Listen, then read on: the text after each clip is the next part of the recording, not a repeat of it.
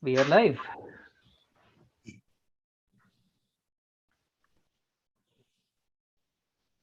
So good evening, all viewers. Welcome to this week's show of DCL Prime Time. This is probably the last episode for this particular series of 2021, and we have reached the grand finale of DCL 25. And I guess it's safe to say that two of the best squads have made it to duel out for that big prize: Indus Thunders and Knight Riders Cricket Club.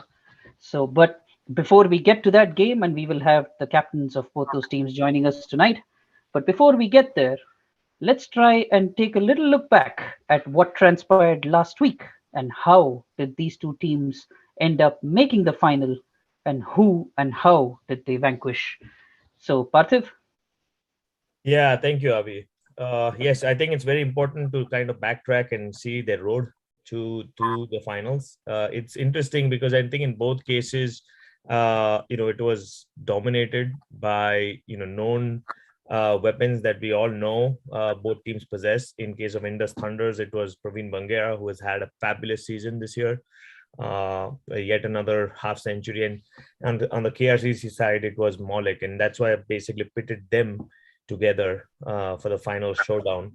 Coming back to the game, I think Indus Thunders, the score of 121 on a playoff day is always going to be tough with the bowling attack they have, and it was interesting to see the change in strategy. I think Thunders have changed quite a bit in the run up to the semis. Interesting to see them bat first in this in the semifinals because they successfully chased 100 for no loss against Kings 11. So a change in strategy, change in the way they approach this game. I think the strategy was to put the runs on the board for a big playoff game, and Chetan and Praveen have been giving them fabulous starts.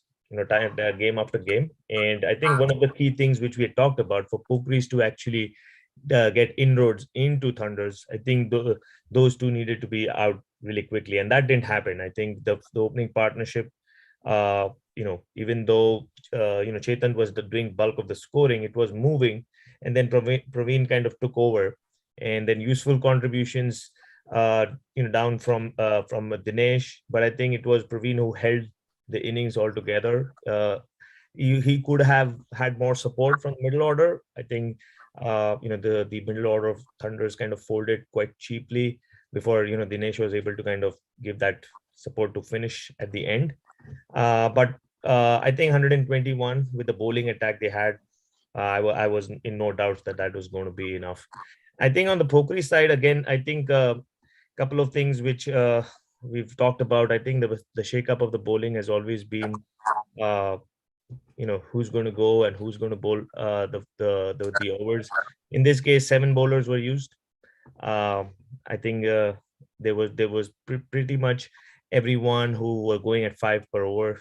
I don't think there was anyone who was able to kind of bring it down with this consistent scoring.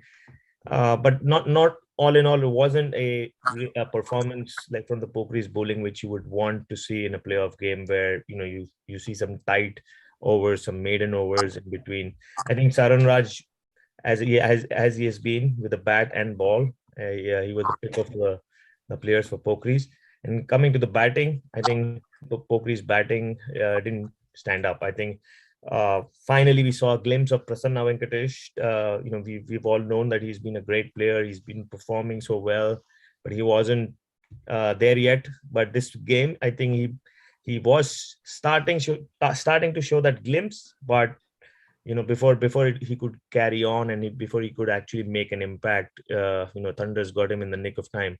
And with the bowling attack, as I mentioned, Thunders have probably the best variety of bowling attack across DCL with the fast bowling, spin bowling options between Jalaj and Sandeep. I think they have pretty much a very balanced bowling attack, and that I think makes it very difficult for any batting side to kind of go after any one of them, because you constantly are seeing pace getting varied between Sandeep and Jalaj, and then Manoj comes in with his fastest medium pace, and Praveen is there, and then you have the pace of Dinesh. So it's always a mixed bag as to doesn't allow batters to settle. But all in all, I feel Thunders deserved it, and as we've been talking about it, from the start of the season, I had very little doubt that we'll see Thunders in the final. So congratulations, Sandeep, and I'll leave it up to Viju to add more color to it. Yeah, actually, I thought it was a clinical performance. So Sandeep, congrats! It is a absolutely clinical performance. I thought this was a perfectly played game from Indus Thunders. Sure, Bangera on the batting side carried the day, and with the useful contribution from Dinesh. I still have a little bit of doubt on the Thunder batting. That's the only concern I have going into the finals. But as Parthiv said, I think when you get to the finals, Boris Becker used to say, when you get to the fifth set, you throw everything out. The fifth set and the fifth set tiebreaker is all about how you handle pressure. It's all about right between the ears. It has nothing to do with everything else. All your cricketing abilities take a background to what is being able to play in the moment. And I think that's where Thunders have a huge edge over KRCC coming into the finals. And I think having been there, having won 2 championships, being a defending champion, and most importantly, we looked at this some time ago when we considered this between Pokiris and one other team, which was like, okay, if you're going to bring in Narendra Ane, I have Neil to defend him and play with a straight bat. So I think the problem for KRCC is going to be in this coming into this game, just looking a little bit ahead, is going to be that Indus has too many options, and at least on the bowling side. And this is going to be a classical game. But coming back to this game, I thought it was a clinical performance. I want to yield the floor to Avi because he went there and watched this game live. So I would like to hear from him and put his own color to it. But I thought from a captaincy point of view and also from an execution point of view, I think Indus Thunders is coming into the final looking in very, very good shape. On the Pokiris side, once again, I felt that going into the game, again, every team has a kryptonite, and I think Pokiris are the kryptonite for Raptors. Raptors seem to run into Pokiris, and Raptors do a disappearing act. And Pokiris run into Thunders, and then Pokiris do a disappearing act.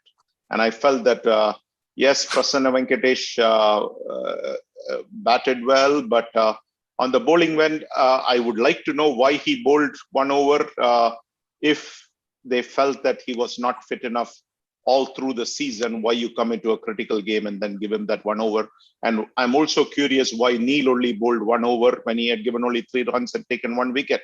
So for me, those things are not adding up, whereas there are other guys who are conceding a lot more runs and you're giving them the ball.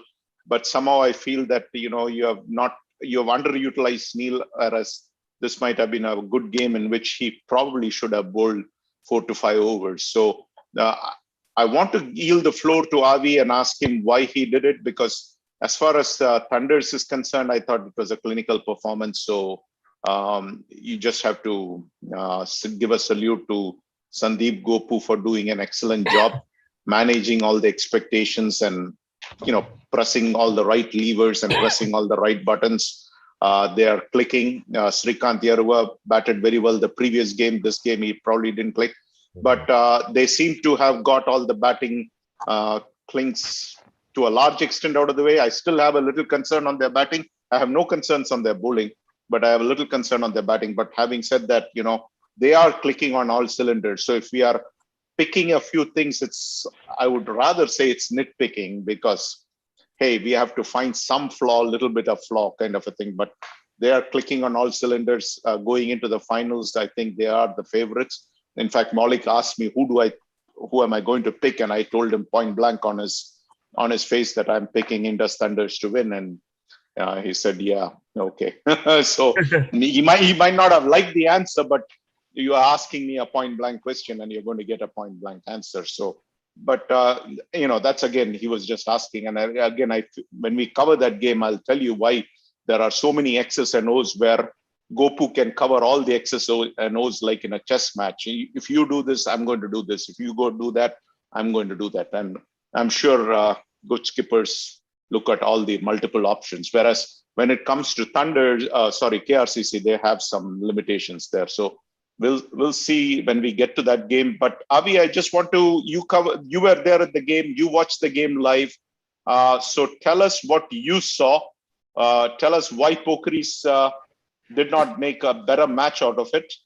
And could they have done anything better? By the way, I still felt Avi should have played this game, because I at least on their 11 guys, there is no way Avi can't fit into that 11. So taking all the bias aside, if I were picking a team, Avi would have been in that 12-man lineup. So again, I do not understand some of the choices which are made, but Ravi has a right to make whatever he thinks is best for his team. So I'm just saying is that I don't get it. That's about it. That's just me. But not because Avi is a friend, but I just feel I've seen him bat, and he's a very technically correct straight batsman, and he can add value. So it's certainly not his performance, but there might be a feeling that he might be slow in scoring. I'm not sure when you're scoring. Can't he score 5 runs and over? I think he can score 5 runs and over. So Avi, over to you. Well, thank you, Viju, for those very kind words. Like you said, I mean, it is ultimately a team sport, and obviously the Pokiris team management felt that this was the best 12 that they wanted to put against Indus Thunders. And I echo what both you and Parth have said. Right, it was an absolutely clinical performance, and full kudos to both Sandeep Gopu as well as Team Indus Thunders, because I think they outplayed Pokiris in pretty much every department. I only reached the game exactly on the last ball of the Indus Thunders innings, and I was quite shocked when I saw Varma Kakarlapudi, who's known for pretty much trying to hit everything out of the park, actually leaving a ball outside off stump to signal the end of their innings. So it was on that rather somewhat hilarious note that I ended up going to Drake Sports Park. But when I was following the scorecard initially, a couple of things stood out. Yes, the number of bowlers that had been used very early in the innings, but again, not being part of the team leadership, I don't know what the thinking was behind that, including the decision to bowl Prasanna, who hasn't bowled a single over in the entire season. So yes, it was a bit surprising, but he is the kind of player that you always repose your trust in, right? So you he has established such a reputation based on his performances over all these years, and rightfully so, that Ravi probably felt that he could spring what amounted to be what would have amounted to be a pleasant surprise for the Pokiris and maybe a shock for Indus, but looks like it didn't quite go the way that he had intended. Yes, but other than that, I actually thought initially after the good start that Indus had batting first, the Pokiris actually pulled back pretty well, and they were not in all that bad a shape by the time of the break at the end of the 12 overs.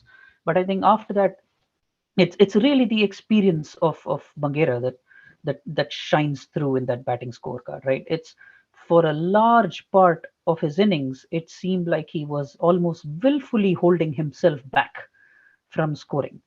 And really, therein probably is where we lost a chance to try and apply more pressure on him as well as some of the batsmen around him. Although that middle order did seem quite fragile, and that's the period I'm referring to where Pokiris seemed to have pulled it back. But Praveen just held up one end. There were some grumblings in the Pokiris dugout that there was a chance for, I believe it was caught behind, I think if I remember correctly, of Praveen. But apparently the on-field umpires couldn't quite reach a consensus, and then they went to the third umpire, who said that he probably heard a nick but he is not sure. So the Pokiris were quite aggrieved by that decision, and there were quite, like I said, there were quite a few rumblings in the amidst the team saying that maybe had that gone the other way, then this would have been more of a match than what eventually transpired. But having said that, I think the Pokiris batting was under pressure right from the start, looking at the target of 121, and the mood in the dugout, I would say, was not of despair. I think there was still a relative confidence that this was a target that the Pokiris could probably attain. But then Dinesh Pandeti, it's having also shed a few pounds from his tank-like frame and looking leaner and meaner, he immediately took out Amit. I think even in the first over, and it was a beautiful Yorker, and then that immediately put the brakes on the Pokiris. And then unfortunately, the much famed middle order also, for some reason, couldn't quite get going. And once that initial spell was done, then their two left armers came on, Jalaj as well as Sandeep, and it was, and they were just spot on. I mean, I was watching from a side angle, just desperately trying. I mean, obviously I wasn't batting, but I thought, okay, it'll be interesting to see side on where these guys pitch every ball and how our batsmen tackle, and they consistently kept hitting that length. Sandeep in particular, where you just can't go forward, you can't go backward, you go sideways, he throws the ball up even more in the air and more to the side. So they literally put the brakes on the Pokiris chase. And once that happened, then a few batsmen, I think, just had to desperately go for it. And I think at that point it just all fell apart. And then there was really nothing much. Prasanna, of course, played that lone hand there. He was supported for a bit by Shankar, and but there was only so much they could do after the initial mini waterfall of wickets. So all in all, I'd say great performance by Indus Thunders, the kind of performance you expect from a team of their caliber in a playoff game. Pokiris, I think, again, we have a lot of soul searching to do in terms of our playoff performances. But I'd still say kudos to the team for, I don't think at the beginning, at the outset of the season, when you had all these teams like the Blasters and the GLCCs and the Legends, with the kind of lineups that they had and the kind of game style that they bring. And oh, not of course, not to forget Gladiators, of course. And so with all these teams, along with Indus Thunders and KRCC, I don't think anybody would have even thought the Pokiris would have made it to the semi-final. But I am happy as a Pokiris player that we proved that particular impression wrong, and and I think there were some good consistent performances along the way for the Pokiris. So definitely lots of positives, and maybe not when the wound is raw, but eventually the hope is that the Pokiris think tank will go back and analyze objectively as to where we can do better, and I'm quite confident that the team will come back stronger next year. All right, Avi, I'm not to put you on the spot, but saying that I hope the Pokiris will go and come back strong, that's all good sound bites. Sorry to say this. But diplomatic BS is what you want to call it. you know me, you're not going to get any diplomacy from me. I'm going to ask you point blank. You've been playing for Pokiris for what, 6 years, 7 years now, or 5-6 years at least? This was my 6th season with them, yes. Okay.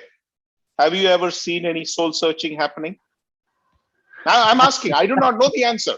I'm asking you. Switch over to Glads?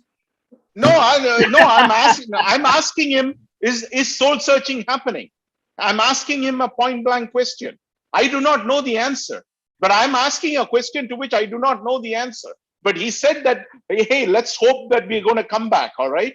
So now, since he brought up that comment, I felt it's.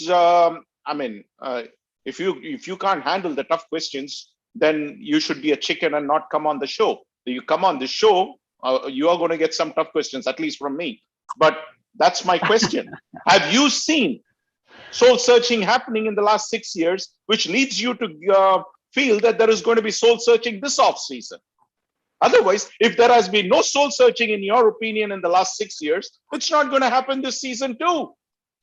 It's hogwash. It's eyewash. I want to know the answer. So yes, obviously, when you look at the Pokiris' performance in the playoffs, right? It does.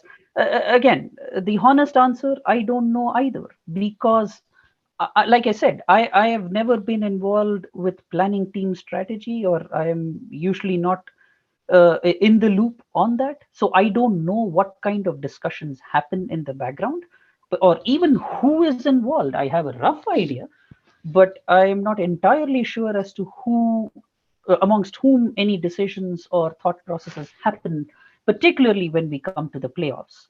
So, but yes, I will concede that our performances, particularly in playoffs, does leave quite a bit to be desired. It's, yes, a team that has made it to the finals thrice probably should have won at least once, but I'd say one thing that I have also consistently seen from a lot of the Pokiris players is, you can plan all you want, but we have been there enough times. I think the individual players also need to take the responsibility. I have also sensed, and yes, I have also sensed that there is a difference in the mindset even amongst the individuals. So it's it's one thing, or at least I'd say in this particular season, at least amongst the players that have played all these playoff games, there has been consistency. Most players, I think, should have been quite assured of their spots in not just in the team, but even in the order. So when you've been accorded that level of stability, the least you can do is have your head in the right place and do your roles properly. And I think that's where we have failed time after time. And especially, and I think in this particular season, I would say that middle order that did so well in the league stage didn't quite show up to its mettle in the playoff games. So that, in my opinion, honest opinion, yes, there is a lot of work to be done in between the ears, and not just necessarily by the Poke's management, by even the individual players, all of us. It's, and like I said, we can only hope that we learn from every year, and and I'd say that if we hadn't learned, then we wouldn't have kept consistently reaching at least the playoff stage almost every year. So it's only a matter of, I think, us, one, at least at one instance, finding that spark and the fire in the belly to perform when it matters in that one all important game. No, Avi, I mean, what I feel is that Pokiris are good to get to a certain level. It's again, as you said, when it comes to that critical game, they seem to blink. And again, I think this is where I brought that Boris Becker comment, which is that when you get to the fifth set and when you get to the tiebreaker, now every single shot which you play has to be carefully thought out, and you need to cut out all the errors, and you probably need a certain margin, and you also need to have a very clear mindset as to what you're going to go and do. It's when some decisions doesn't make sense. For example, yes, I agree that Prasanna Venkatesh is a money player and a great player, and yes, it would be nice to throw a surprise on Indus Thunders and let's bring in Prasanna Venkatesh and give them the shock and awe treatment. All that sounds good, but here is the problem. The problem is not about his abilities as a player. I think this season, it's only this season, I think chiefly, I think very first game, he did not bat, he did not bowl. And when I inquired, hey, did Prasanna Venkatesh even play this game? Because that sounds strange that you're on the scorecard, but you have not batted a single ball and you haven't bowled a single ball. And the answer which I got back from within the Pokiris circles was, well, he's in extremely unfit shape. And, in fact, he didn't even field most of the game. he was sitting in the dugout because he's, the last pandemic and things like that, 2 years moved. It'll take some time for him to get back into shape. Now, if that was obviously as the season rolled along, things slowly started getting better. And as we said, this game, his batting certainly was coming back, which usually, you can be unfit and still be, if you're a good batsman, you still be able to bat. It's in the bowling front that if you're out of shape, you're not going to be able to produce. You'll immediately see a huge drop off in the bowling. Absolutely. And it's in the fielding section where if you're unfit, it's going to show up. All right. In the batting, you're going to be able to camouflage it and mask it. So my question then becomes, why did he even get the ball if you knew the answer? Because, come on, you're in the semifinals or the finals. I don't think you're going to shock and awe Indus Thunders just because the name brand is there. You get my point? If you're unfit. Right. Now, if he was a fit and he was not bowling throughout, and then you suddenly bring him on, I can understand the shock and awe which can create. And he's pumped up and he delivers, kind of a thing. I do not know. And then when you see a good bowler like Neil, who bowls in the initial part of the season, 5 overs and gives 5 runs or 8 runs and 10 runs and picks 3 wickets, and he gets only 1 over, that's when I ask, hey, what is going on between the years?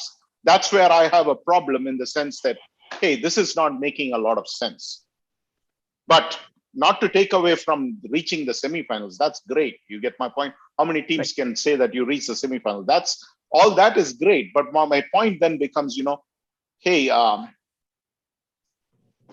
this seems to happen every season wherein something seems to be going wrong. And that's when I said, when you brought up this question of soul searching, hey, have you seen it happen? And if you say, I do not know the answer, well, I think it's a very revealing answer for me, at least. All right. So, I mean, let's face it, Avi. I'm not smiling. I'm not laughing. I mean, I'm being honest, and I'm saying that, hey, it's a very revealing answer, because none of us are dumb idiots, and we can see right through the answer. And I can honestly tell you what exactly that answer means. And so is the audience. The audience are not dumb either. So. Yeah, right. I mean, that's just my thought on that. I had a couple of questions actually for Sandeep, since he's quiet and listening. Hey, Sandeep, one question I had was, I was looking at the Indus Thunder's results, and the bowling order in which you guys start has been quite different in every game. In this game, it was Dinesh and Manoj opened. What was the thinking behind it? I haven't seen Dinesh. I think hasn't opened the bowling, if I'm not mistaken. So. What was the strategy behind getting Dinesh and Manoj, like probably the 2 most experienced bowlers up front? Yeah, firstly, thanks Satya, Parthiv, Viju, Avi for inviting, and thanks for the kind words, and also on whatever you just mentioned about Pokiris versus Thunder's game. And yeah, thank you for that. And definitely, I agree with one point, Parthiv, before going into the question you asked. I totally agree that Avi should be part of the team, irrespective of whether he bats slow or it doesn't matter, because that's one of the key moments where you have to give him a role. That's it. That's what I can say. And I already told him that. In my defense, so Gopu, sorry, I don't. Avi, second offer. No, you're saying some nice things I shouldn't interject. But no, the only thing, I think a lot of my playing style, at least to those of you that have followed me, and I have played with some of you as well on your teams. A lot of my playing style is influenced by the situations I'm often sent in. That's the role that I'm given. So I don't know if so again, so I can only speculate, right? I don't know the reason for it, but it's but that's all I can say in my defense, because it's not like. Yeah. Right, Avi. The situations that I'm sent in, if I am told, Avinash, please, your job is to go there and stay, then I at least I think of myself as a team man, and I do what I can do for the team. That's the only that's exactly defense I can offer for myself. But go ahead, Sandeep. I'm sorry. Yeah. No worries. So that's exactly what I was trying to say. Yeah, irrespective of Avi, you need to just give him a role, whether it's opening, middle order, lower middle order, whatever it is. And with the bowling, he's been doing fantastic as well, especially sharing the opening bowling with Ravi. I think he did a phenomenal job against Raptors as well. So I think, but due respect, I know what captains will go through, and maybe the thinking might be a little different, and he thinks maybe the one who replaced Ravi might be an X factor, or Ravi's thinking might be right as well. If this game went in the right way for Pokiris, obviously nobody would have mentioned that. But before the game itself, I kind of like spoke to Avi saying, I think you should be part of the team, and that might be one of the key things that Pokiris might have missed if you're not part of the team. So Sandeep, just to, if you feel, obviously you won 2 championships, and if you feel he should be part of the team, I feel he should have been part of the team.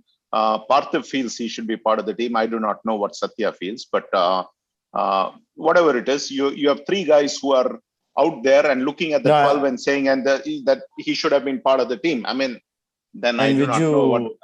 Actually, Avi, correct me if I'm wrong, but I told him before the game itself, like he would be the one who can change in either ways, and he would be a key player, is what I felt. And good thing that he didn't play. It's one way good for Indus, is what I felt, to be honest. Yeah, it was a bonus given to Indus. Now, yeah, definitely. And guys, please, I'm sorry. No, okay. Well, personally, yes, no, this is very nice for me to hear, but it's almost sounding like I set the 3 of you up to talk in my favor. And no. I don't want it to all be like, because I'll be honest. No. I mean, the other players there are equally good, if not better than I am, and especially this Avi, team. No, so we are not saying anything in a different way, but to be speaking honestly, that's what I wanted to say. And as I said, like, due respect, captains go through a lot. They might have 15, 16 good players. It's hard to choose 12. But but I know, no doubt about that. Yeah, I know Ravi might have a different thought, but this thing. Just sharing my thought. If I was in Ravi's shoes, then this is what I think. That's all I'm saying. It's nothing to take anything wrong from what Ravi has the 12 in his mind, leaving you out. I'm not saying that. No, I understand, and again, I'm not just trying to be diplomatic. Would I have liked to be part of this game? Oh, absolutely. Who wouldn't want to be, right? Yeah. And I have that experience playing playoffs games before with Pokiris. So obviously, nobody in his right mind is going to say he felt happy sitting on the sidelines watching. And in fact, it was even worse the last time we played, when I broke down due to a fitness issue and then watched from the sidelines as we lost. That was terrible, and of course that is on me. So, but I mean, in all fairness to the team and the team management, no matter whatever their reason, I don't know the reason why I wasn't picked. So, but no, I mean, I can confidently say that that 12 that they put on the field, they should have gotten the job done, and they were all capable of getting the job done. Unfortunately, they couldn't on this occasion. Could I by myself have turned it around? I don't know, or I don't think so. But I certainly appreciate all you guys' sentiments, and it gives me much needed confidence. To be honest, when so many other captains and leaders feel that I could have made a playoffs team. So thank you all for that. But I think that alone wouldn't have solved our. No, and again, I think even if you had played, I think the outcome would probably be the same. Exactly. Probably it might have been a lesser margin, maybe. I do not know. But again, I think I just was looking at this thing, and I just did not understand why Neil bowled only 1 over. So that's why I was asking you. Hey, you were at the game. Was there a reason why certain things happened the way it happened? You know, that's where my questioning comes into play. So I wasn't there for our bowling innings. Unfortunately, I wasn't there for our bowling innings. But yes, I am as shocked as you are that Neil, who has actually performed pretty well this season, not just with the bat but also with the ball, I was very surprised that he just got that 1 over. I don't know if he himself said, "I am sorry, I don't feel comfortable." Yeah, that's where I was asking. That's where I was going. Hey, somebody because who that was has at the happened game. in the past. Because that has Okay. happened in the past, where Okay. sometimes Neil just feels that he is not in the right frame of mind, and he'll Okay. just honestly just come to you and say, "I am sorry. That guy seems to be on a rampage. I don't think I am the right guy.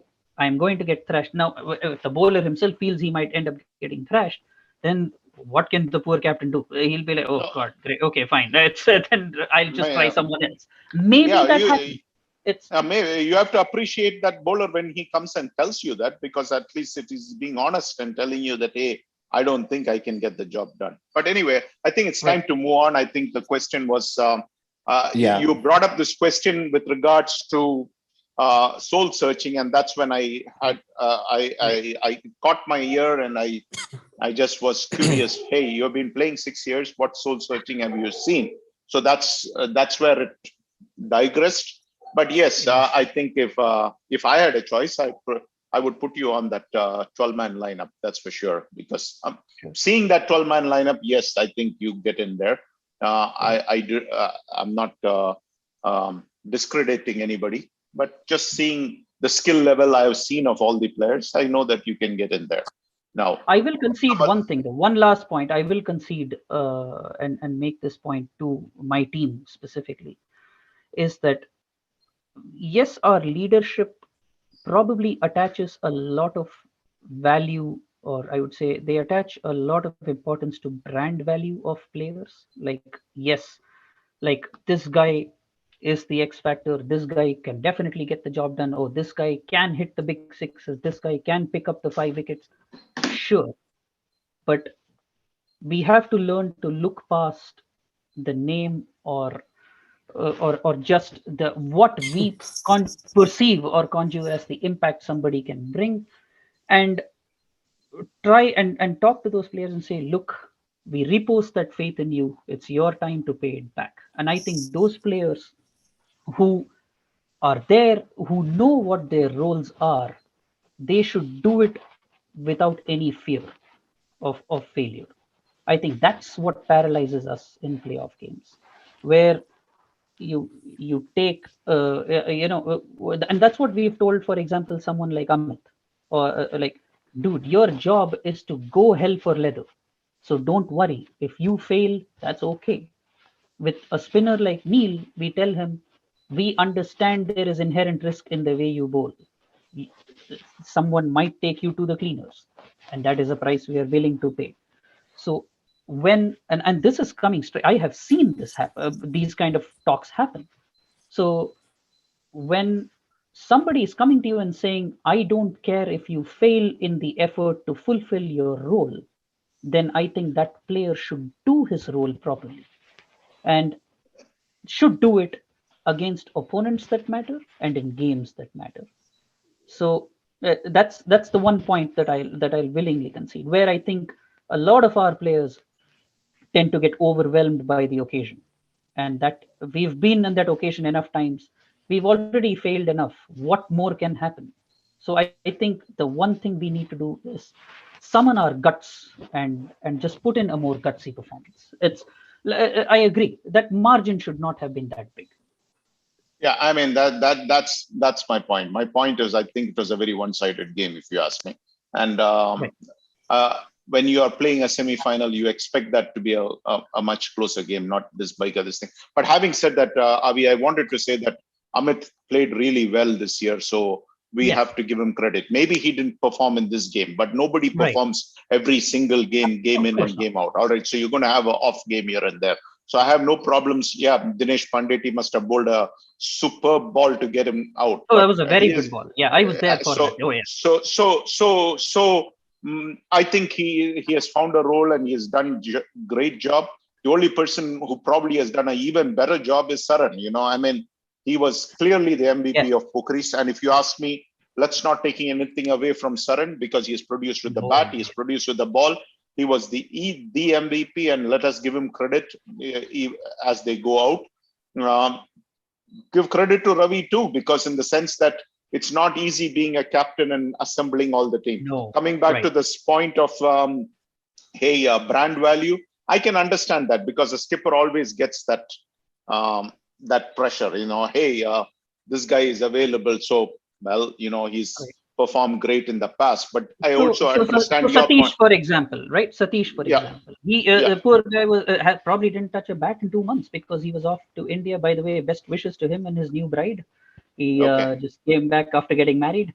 So yeah, but I think the thought was that he could just walk into the team and start hitting from ball one. Maybe that wasn't quite the right expectation. I don't know, but again, he has proved that in the past. So maybe there was that desire or the hope that could happen. Unfortunately, it didn't, and he was anyway And I, at I the can stage at understand, which he went and in. I can understand picking him because he's a left-hander, and he's that adds a new wrinkle too, because it throws the Exactly, opposition off also. So, yeah, I mean, absolutely. it's just on a couple of those things which I had a question, mainly on the Right. bowling front, and it just didn't make sense that you lose your sight. You have an idea of 5-6 bowlers, and that's what you stick to. If you look at Parthu, how he uses his bowlers and things like that, many of the skippers, stick to this thing. And sometimes you deliberately go away from a strategy like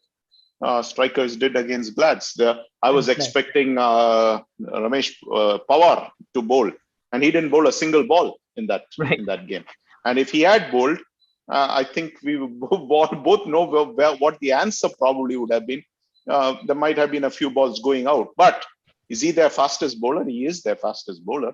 He's a very Right. good bowler, actually, but probably a very good bowler against some other team, but not necessarily against our team. But Right. that's, And I know we've discussed this game for very long, but yeah. So but let's I'm move glad on. Yeah, I'm glad you mentioned that name though. I would like to give a shout out to Saran. He's been absolutely magnificent this season, both with the bat absolutely. and the ball. His numbers are just amazing. Yeah. And Raghu has been amazing in the bowling department. And overall, I think Ravi did a pretty good job marshalling his troops all through the season. So good job by the team overall, and congratulations on making it as far as they Yeah, did. and no, it's not a criticism meant towards Ravi. It's just that I feel that you've been there for so long. Okay, maybe some changes have to happen. And when you brought up that soul searching, I really needed to bring hey, is this happening? I do not know. If it is happening, good. If it is not happening, well, about time it happens. That's about Right. all And what I'm yeah, saying. hope is what makes the world go around, Vijay. So we'll continue hoping. And All right. and Coming the back, Parth, sorry. sorry, I was going to end this saying the official crown of being South Africa of world cricket is for Pokiris. Yeah, so Go sorry, ahead, sorry. Parthiv. I think I was talking Yeah, and I go ahead. didn't mean to talk so much on that. But yeah, coming back to your question, specifically for this game, yeah, usually Vijay opens bowling for us, and Yeah. the second over would be Dinesh Pandeti. But as we just thought of a different approach. This time we wanted to open with Dinesh, and I somehow felt Amit might struggle with his bowling, Mhm. and that's exactly what happened. And the second over, we're coming back with Manoj, just wanted to mix it up a little bit because Manoj is not as fast as Dinesh, and he can bowl that slower ones. And Saran is kind of a player who might struggle a little bit with the slower ones rather than the fast ones. So that was the idea in bringing in Dinesh and Manoj to open the bowling for us for that game. And I think another thing which I noticed was the use of the power play. I think those 2 overs, probably the 22nd or the 23rd over, where you guys got like 2 overs, almost 30 runs. I think was that something which you guys had planned to use the power play towards the end, or was it just going by the momentum of how the batting was going? Yeah, that's right. So we were waiting for the right time and maybe right batsman to be in the field, like whoever can maybe clear it. Not necessarily the power play should go all the way for fours or sixes, but at least like we need to get a decent score, at least 5, 6, or 8 runs per over, so that we can get the 20-25 runs, which would be very crucial at the end. So we thought like Bangera was all settled, and when Dinesh came in, we thought, okay, this would be the right choice to take a power play, where Dinesh is a kind of a player who cannot just stick in for a long time just defending. So after a couple of balls, he batted, he looked confident. So we thought like, okay, that would be the right time.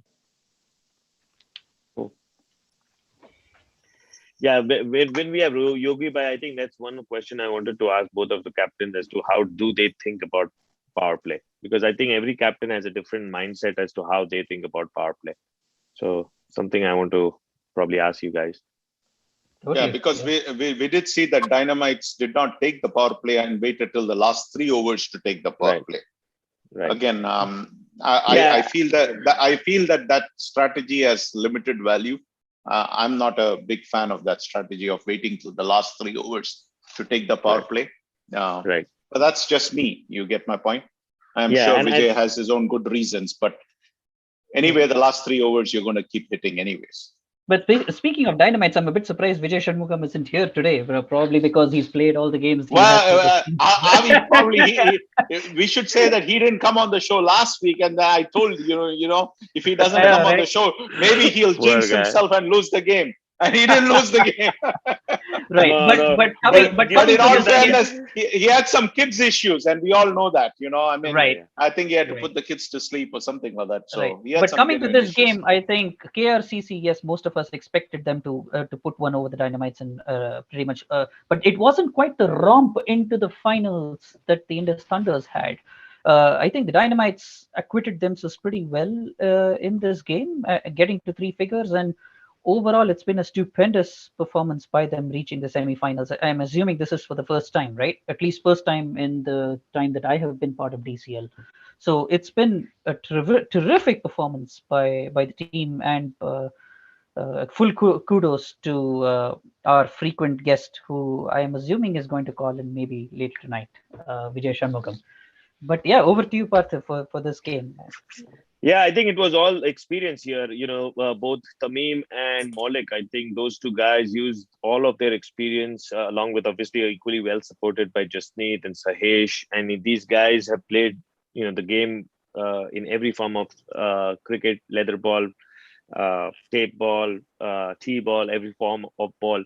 And I think that showed basically. I think Dynamites lacked that experience of playing in these big matches.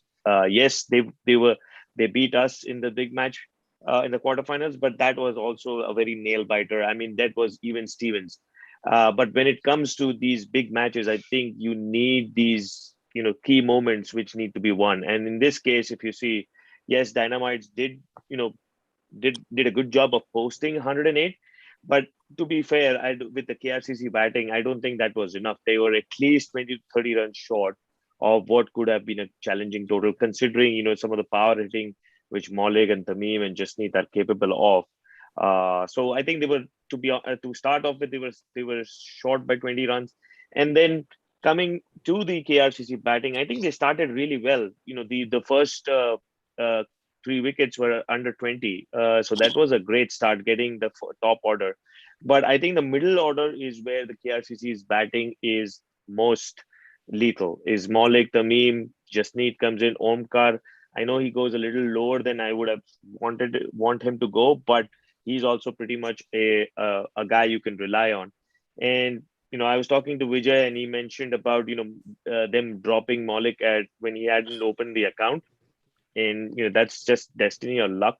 Things happen like that, where you think about after the game, what could have been or what would have been if if you had taken this catch, or you had stopped this ball from going to the boundary, or you've stopped a single, those kinds of things.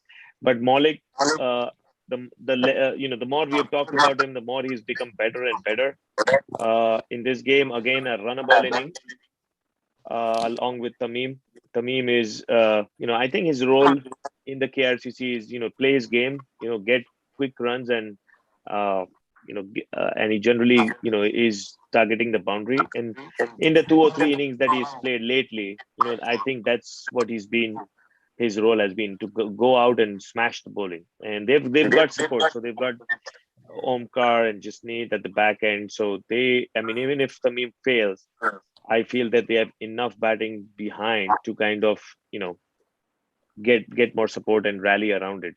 So I think coming to the KRCC's next game, which is going to be the Thunders, I think that's these two factors. Parthiv, I'm Go ahead. sorry to interrupt. Is somebody also watching the show concurrently on their phone or something? Because there's some feedback that's occurring.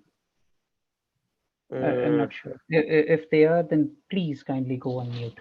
Um, Thank you. Sorry, Patrick. It might be my friend Chetan Thakkar. Yeah, sorry guys, I was messaging on the... See, Avi, I caught the culprit. I caught the culprit without being 10,000 miles away. I caught the culprit. I told you, just looking at the set of guys, I could tell you who the culprit would be. Yeah, I'm trying to get you guys' attention. I'm still here. Yeah. 15 all. Which I was actually just messaging Satya, when is my turn coming? Okay. Wait, Yeah, continue, guys. it'll come soon, Chetan. We assure you. Chetan, we'll do you as soon as the predictions come up. No, this is very And I interesting. think as soon as this game is over, we'll have the prediction, and then we'll hopefully Avi will have some questions for you. No worries, it's very interesting. I'm Oh, I enjoying better this. start preparing. So to kind of wrap up my summary and analysis, I think the difference between what I feel, we'll talk about the Thunder's KRCC game, but I think these X factors, KRCC, yes, Dynamite, Thunders has all the big players, experience, but I think KRCC has a few surprises, which if on a day they come true, could very well result in an upset. So I mean, heavy favorites in the Thunders, but I still think KRCC might have a few surprises up their sleeve because they have these players who are like, comparing it to the Pakistan team of old. They just if they wake up on the right side of the bed, they can do anything. Like people like Jasneet and Maulik, these guys, if it's their day, only God can save you. Yeah, Parthiv, since we spent too much time on the Pokiris versus Thunders game, I don't want to spend too much time on this one. I thought this was a very good performance again by KRCC, but I think Dynamites acquitted themselves very well. So I think Dynamites should be very proud of making the very first semi-final in their history. I think a lot of credit should go to Vijay Shanmugam for motivating his team, but that entire team played as a team this year. Satish Shankara, I was happy to see him in a semi-finals. I mean, I would love to see him win a championship, but the thing is that at least now he can say I reached the semi-finals, and he was instrumental in them winning a few games with his own bat. So Arun Selvaraj, I think, had a fabulous season, just like Saran had a great season for Pokiris. I think Arun Selvaraj had a fabulous season for Dynamites. Amrit Yadav did very well in this particular game. I saw his bowling. I thought his bowling was pretty good. I also was impressed with the way Prakash bowled, and so they have a few pieces there which really has worked very well. Venkat Govindrajan has always been a good player for them. So it's good that they got many of the things accomplished. I'm seeing Parthus. Is this Parthus picture? It's a strange picture, but anyway. Do you guys see what I'm seeing? I mean, I saw that, and Yes. I was like, what am I seeing? I'm seeing an embalmed Parthiv. Okay, yeah, I was like, that's my profile picture. Okay, I was like, did I die and go to heaven? I thought, I was like, what happened here? So anyway, coming back to this thing, I think it was a good game from Dynamites. But I think, again, as you said, they dropped Maulik. They had a chance to take Oni too, and they didn't take those two catches. And Oni, as soon as he came in, I think it was 5 balls, 17 runs. He got a few bad balls, and he promptly deposited them outside the park. And again, I felt that if they had taken those two chances, they would have probably made this game a lot more interesting.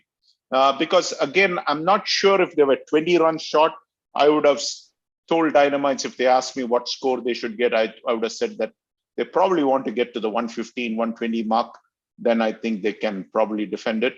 They have decent bowling, but they made some mistakes on the bowling front, bowling a few bad balls. But you bowl bad balls to a good batsman like Tamim or Maulik, it's usually going to go outside the park. And so that's pretty much what happened. But I think Dynamites should walk away. I think they were the pleasant surprise of this season. They really outperformed. And if you look at it, the way they attacked Tamimoni, this is exactly Parthiv and Avi. This is what I was telling before. I was so upset with who is this? Troy Hawks, because I said they made Tamimoni look like as though he came from Jupiter. I mean, they were giving him way too much respect. I mean, you're bowling 5 overs and giving 3 runs, and I don't know. I mean, there were batsmen coming there and batting, 30 balls and scoring 2 runs. And I mean, what is this? That's not batting, And here you can see, Tamimoni got just 2 wickets, but Dynamites took him for 23 runs. And the moment you do that, you're really putting the pressure back on everybody else, because yes, Sahesh Wasan had great figures, but you could see that they really they did not give Tamim that kind of respect which Tamim was getting from, let's say, Troy Hawks. And I think this is the way to bat against Tamim, because every over you're going to get 1 or 2 balls which is out there, which deserves to be hit, and no reason why you shouldn't be hit. Now, if he bowls 6 great balls, too good.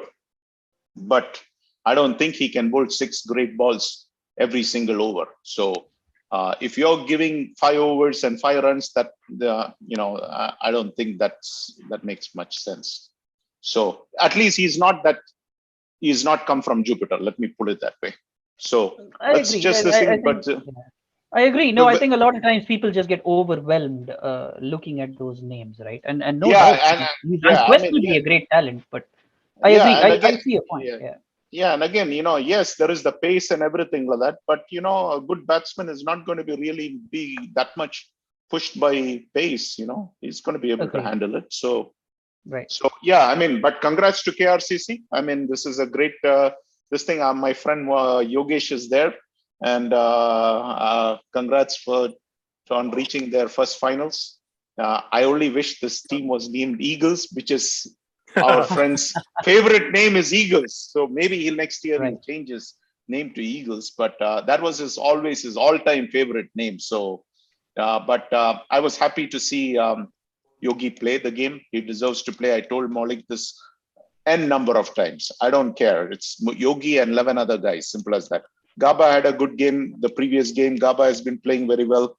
He's been bowling decent. He has been batting decent. So Sahesh batted very well. This game he did not. But again, nobody clicks every single game. So I think all in all, it was a good performance by KRCC getting to the finals. And I think it's going to be a cracker of a final because both teams are good. It's not going to be a cakewalk. But though we are saying that Indus Thunders are the odds-on favorite, but still, KRCC has, as Parthiv mentioned, if a few things work, KRCC can take the game away.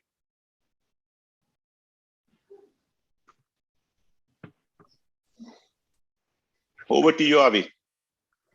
Agreed. So I guess before we go on to the next stage, I know we have alluded to some of these people being present. Well, I guess we will at this. We do have both the captains for from the teams that are going to clash for the big prize, and that's okay, Satya. Go ahead and show the top shooters first. We'll do that, and then we'll come to Chetan. But as we head into the final week, the top shooters in the batting department, no surprises there. Praveen Bangera with a stupendous 58 of 67, a nice level-headed, measured innings at on the stage that mattered the most. He's not out. So I forgot. And he was not out as well. He carried his bat through. So that's and more importantly, Avi, the batting title is between Maulik and Bangera now. 24 right? Yeah, it's a 24 runs advantage but if Bangera has a good game in the final and Maulik goes out cheap, you might see a surprise. Yes, it is Maulik's batting title to lose. Let's put it that way. All right. A 24 run advantage with 1 game remaining. That's a huge advantage. So it is Maulik's title to lose, but at least it's a 2-way race. It's yes, as we are saying that Indus Thunders have the edge in terms of matchup against KRCC, same way Maulik has the edge. But it's the final. Anything can happen. And it isn't the same. It isn't the same KRCC either, right? I mean, they're bolstered by a lot many more. Yeah. And there's one more guy. I think immigrants into their team, I guess. And What I think Gabaji needs 2 wickets to be the top bowler of DCL. Yes, yeah, I saw Satish's name there in the bowling department, and he obviously has a very, very good chance of doing that. So there could be a scenario where all like 3 trophies could come to KRCC: best batsman, best bowler, winning trophy. And look at this thing. Bangera is going to walk away hands down with the MVP race. I mean, only Jasneet can give him a fight, but that's a huge advantage going into the final. Right. Wow, this is but great. We're quite confident that none of these will be playing on these individuals' minds as they get into the. Don't even say that, Avi. No? All these guys are looking all the time at this thing. And if they tell you that they are not looking at it, I call them world-class liars. Okay, this is like some people say, we didn't watch the show. And even if they're not, they are watching the show. They consume every word. All right, and then they say, I didn't even hear that. Please, and even if you think I was born yesterday? And even if they are not, I keep reminding them. So don't worry about not doing No. So I'm just saying, I know these specialists, all right? The moment they open their mouth, it's like our friend Chetan Thakkar. I told you, he is the culprit. I can tell you who's telling the truth and who's not telling the truth. And I'm telling you, every one of them is watching. They tell you they are not watching. They think you were born yesterday, or they think that you were born in Pluto, and they somehow are the smartest guys in the room. That's not the case. Right. And speaking of Chetan Thakkar, it's time that we brought him in, because week after week, the audience, you have all seen us go through these predictions, and we've mentioned how there is a competition amongst us analysts for predicting the winners of every game, and that it's been sponsored very generously by Green Sapling Eco-Friendly Dinnerware. Well, and the person that's behind the sponsoring of the prize money for this competition happens to be Chetan Thakkar. So Chetan, thank you so much, not just for joining us tonight, but also for your very generous endowment towards this show. We are truly overwhelmed by your support of this show. So thank you so much for joining us tonight. Sure, thank you guys. Pleasure being here. Hope I'm audible. Yes, yes, loud and clear, Chetan. You're coming across well. And before we go into this awards for the predictions, Avi, I'm a big fan of Maulik, so I hope Maulik wins the best batsman.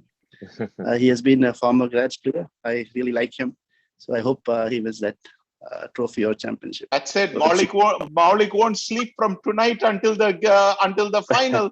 He'll not be sleeping. Yeah, I actually imagine Maulik's voice in my head right now. It's like, this guy come on the show and tell I'm going to be best player, man. That. Again, thank you for having me here. I think there is a lot that goes in. You guys do all the hard work, right? All the analysis. Avi, especially you, Vijubhai, Parthiv, right? Along with Satya, and then you have guests coming in every week. So this is a marvelous show. Right? Thank you. Predictions is an aspect of it. I really enjoy. Honestly, I tell Vijubhai, hey, I missed the show. Can I go and watch the recordings? Right? Because sometimes I can catch up. So I do bug Vijubhai and Satya, send me the links. Honestly, this year has been challenging for me because of work and other things, but I have been on and off the show. But whenever I come, I like the show. So today, I plan to stay throughout. After this, I plan to still continue. That's great. And for some of us who haven't known you from before, I believe you're joining us from the West Coast. Is that correct?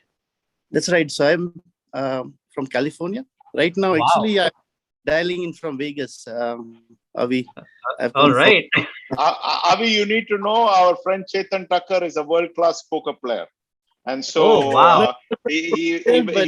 Oh, wow. he takes part in a lot of these professional poker tournaments, and he wins quite a bit of lovely. money too. So don't feel too bad for him that $251 is being sent to Mr. Parthiv Mehta, you know. And I'm sure Parthiv has some special Well, in comments. that case, do you have anything to offer for second and third prize, maybe?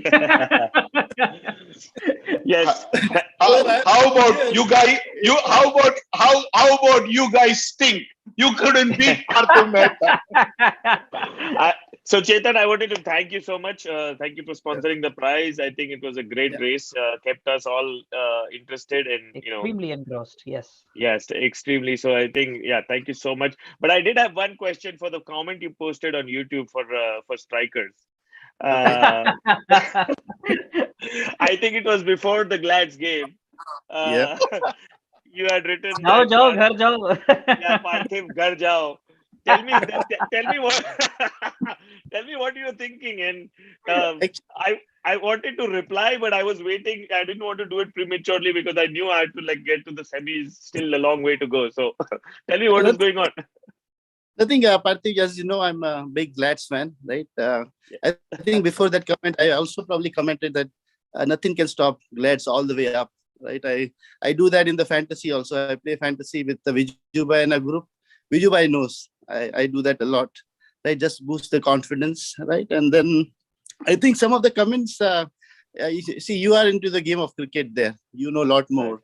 I'm far away, right? So my comments hold some value. So I'm more of a Glads fan and, overall a DCL fan. Even being here, I feel DCL is one of the best T-ball leagues or the only league in US, right? Run very professionally. So I think that says something. And I stay connected. I like to stay connected with cricket. In fact, we go a long way, Parthiv. I think you remember me, right? Yeah, we were at absolutely. Ford. We're from Ford. Yes, I remember. I think Kapil played with you guys when he started. So Godfather. I had a team called Godfather. Godfather. Godfather Cricket Club. Yes. There was a 1 year show. It was a 1 year job where Godfather Cricket Club was formed. And you know what, Parthiv? Godfather Cricket Club was playing Glads, all right? I still remember the game was being played in a ground where there was water nearby, all right? There was a lake. And I think it was in, Livonia somewhere, all right? It is one of those grounds and there was a lake and this thing like that. And I still remember we were going to play the game. And before the game, I basically told Chetan that, Chetan, I hope you come with a lot of balls because a lot of balls will be going into the lake. Oh my goodness. Chetan had a heart attack, all right? He wanted to change the ground. He wanted to change a lot of things. And until then, Godfather was in flying high, all right? But that was the first time I ran into Chetan. Whoever names his team Godfather Cricket Club. But that's Chetan. He's a very colorful individual. And that is when your buddy, your best buddy, Kapil played for him. And I remember. Yep. And we did play in that ground, and we did send a few balls into the lake also, and into the forest. But then after that, Chetan joined us. But Chetan is legendary for opening the innings in Ford Cricket League. At that time, I used to come and umpire the FCL finals and things like that. And so he used to. For those who do not know Chetan, he's been involved with cricket in a long time. He used to sponsor fantasy when we used to run fantasy on Glads Cricket's site. He used to sponsor a lot of this thing. So sponsoring comes naturally to him. He does a very good job of sponsoring, and it just builds interest. And so I hope somebody is going to ask him what is green sampling, because they are the sponsors, and maybe Chetan can introduce.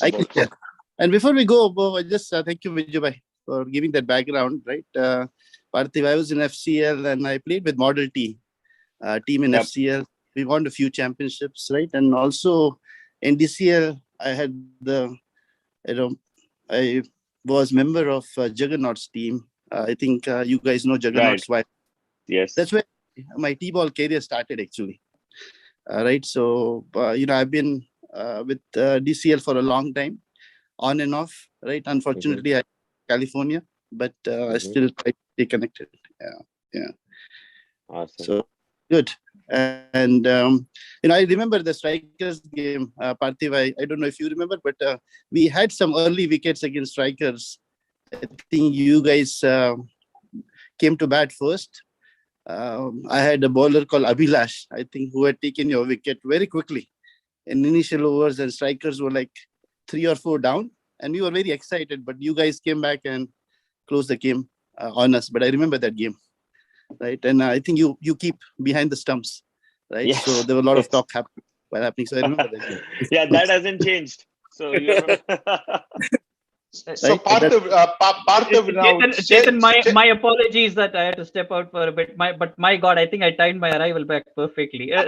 We have a guest randomly come on the show, and what does he mention? Parthiv, you're jabbering behind distance. Can you imagine? This was beautiful, Chetan. Thank you. But Avi, guess what? Parthiv is going to be saying, "You asked me to go home. Now I'll be enjoying this $251 in numerous ways at home." I just hope Parthiv remembers Satya and you and me and takes us out for a dinner, right? Of course, that's some point of time. I thought that's. He should at least thank us that we didn't take the top prize. I know, right? Not that we were anytime. We should definitely meet up. Yes, in person. Last thing I can share, I've been very lucky to play with some very quality players. I played with Azim Bhai. I think he was the one who started Indus. Azim, Nitya, those FCL days. I still remember, right? Parthiv, Vijubhai. So, I like to be connected with them. And I know Sandeep has taken Indus to a different level. But Azim Bhai did a lot of hard work when, Yeah, he was, I agree with you on that one. Yes, he did a lot of hard work. And right. Gopu is enjoying the fruits of Azim's labor. And so I was happy to see Azim on Gopu's team. Azim was not on Gopu's team the last time Gopu won a championship, but this time he's on this thing. Yeah, I understand Azim doesn't fit into the 11 when they are playing the finals. That's all of us understand that. No questions and no issues over that one. But hey, being part of this thing and being qualified and things like that, now when your team goes and wins a championship, at least you can say that, hey, I did contribute a valuable portion towards my team winning that championship. Yeah, so and I'm very happy for Azim actually. Yeah, actually, I'm very thankful being connected to a good quality players, star players, especially with you, right? Other folks in DCL. So I really enjoy that connection, right? And I plan to continue. That's why whatever I can sponsor, I try to do that, and I plan to continue in the coming years, right? And about Green Sapling, so this company is primarily run by my wife, Neha. So it's about eco-friendly dinnerware, right? So it's about disposable products. So good substitute instead of paper, right? Instead of plastic, it's a biodegradable, compostable product made of palm leaf. So this product comes from India, and my wife is actually the CEO of the company. So it's her company. I support her business. We are doing very good in California. California is a big market for eco-friendly dinnerware, right? So right now, our focus is California. California is like a country, honestly. So if we can even capture the market of California, right, that's good enough. So my wife focus is there, and I help her on the back end, right, office operational stuff. That's how I support her. So far so good. That's great, and that's great to know. And I think to a lot of our audience watching, I think I think we encourage all of us to take a look at this. And I think sustainability is something that's going to be very important as we go forward, right? It's easy for us today to take the planet for granted, but steps like what you guys are doing will definitely go a long way towards promoting that sustainability. Our website is a new website also is being developed. So our plan is to have that launch in November. So right now we are working, and we are going to offer new products, not only palm leaf, but the other products, right, which are more economical, because now what's happened with COVID, things have changed, right? People have gone back to value, right? Right. So we have to offer different products. So my wife is working on it, and we plan to continue, right? In the coming years, with God blessing, hopefully, we'll do much better in the Great. coming years. Yeah. And That's about it.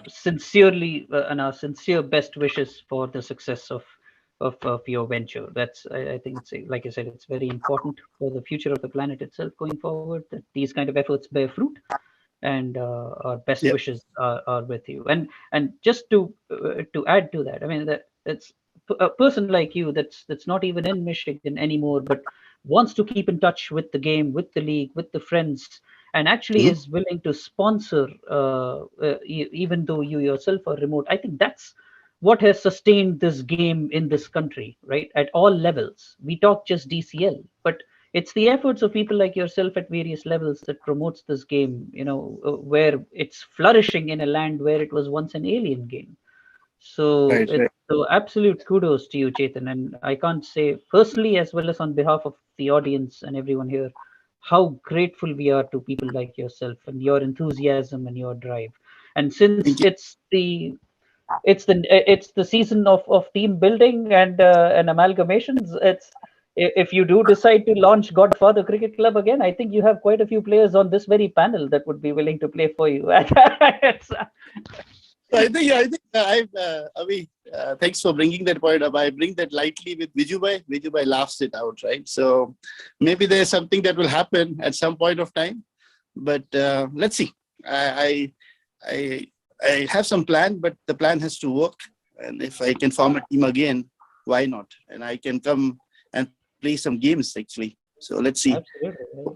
But more, lot of things need to be in place for Right. that to happen. So let's see. You have two big team builders, Yogi Bhai and Gopu clashing this weekend. Let's show them how teams are built. Which you Yeah, imagine you and I going to open the batting. yeah, I think there's And Karthi will be our keeper. I've learned a lot, although I've not played DCL. Avi, I play cricket here in Southern Oh. California. So I play in lovely. tennis league. I don't play leather or t-ball, but there is Okay. a tennis ball cricket league. So we have a graduates team formed in California. Actually, I'm working Nice. to simplify things. So, in the spirit of keeping the cricket going, I think there is definitely plans to continue. So, more definitely I will come, but, there are a lot of things that are in work in progress right now. Yeah. Great. Well, we surely look forward to that. Avi, just wanted to throw out, the amazing power of DCL in the sense that Parthiv has said this before, you build a lot of friends, not just on your team, but also in the opposition. So if you look at it, you, me, Parthiv and Satya have got together and run the show, and we started this thing, and it took off with backing from Chetan.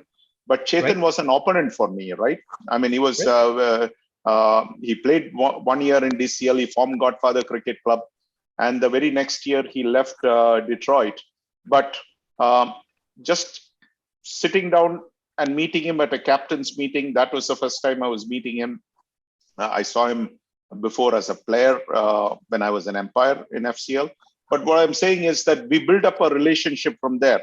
And then he joined the Glad's team. He was a co-founder of Glad's team, in case you did not know.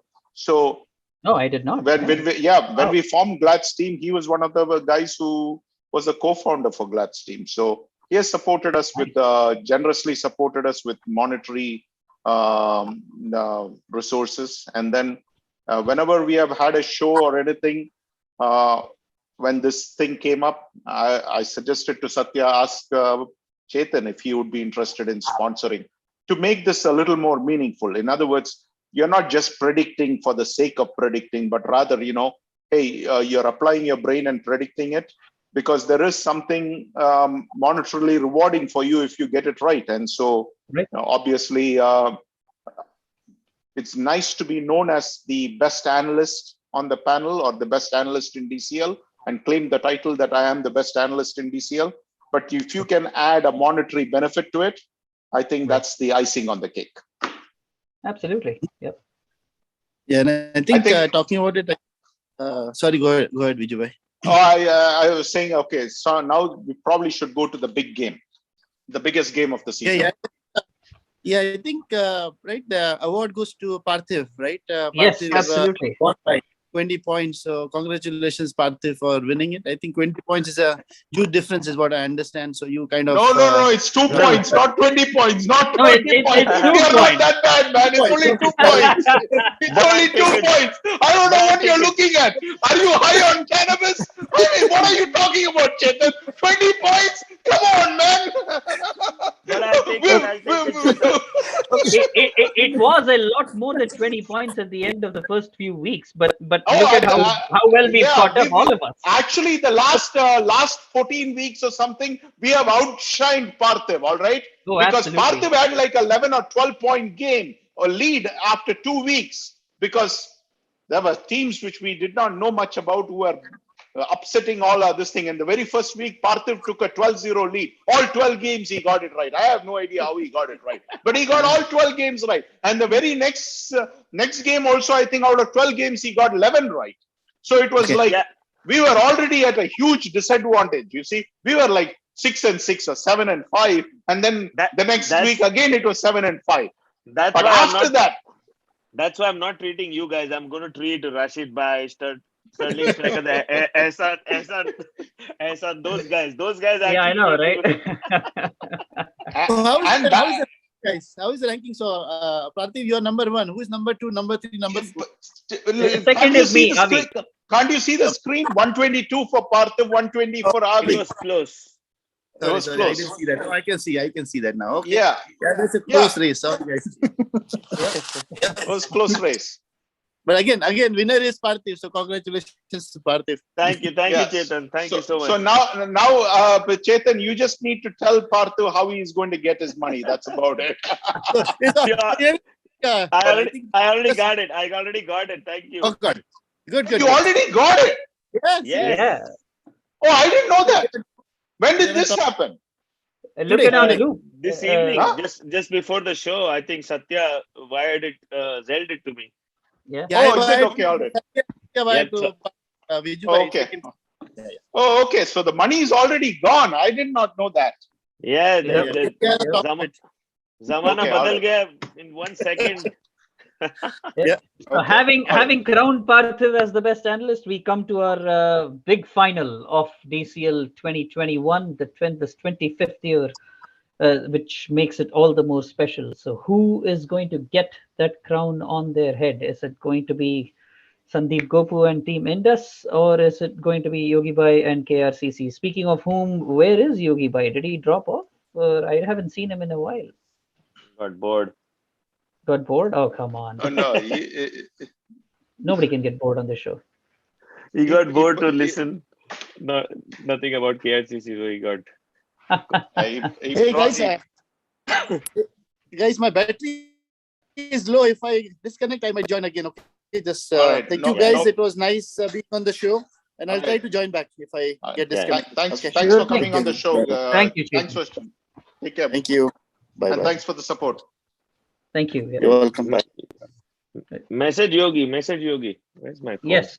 Yeah. Well, we do have Sandeep here, and this personally is a very, very, very tough decision for me because not just practically speaking, because both teams are incredibly well stocked up and balanced and have comprehensively made their way to the finals, but also because I have actually played for both teams. So in a sense, I guess I'll end up being a winner either way, but it's in other tournaments. But I think on balance, if you see, there is something just more organic about the way Indus have grown and gone about their business. And as much as the sheer talent that KRCC have, if Indus can put their two left armers in business, and if they can turn the screws on the KRCC lineup, I think despite the KRCC's very strong batting, if Indus's bowlers can deliver, then I believe, and I still think,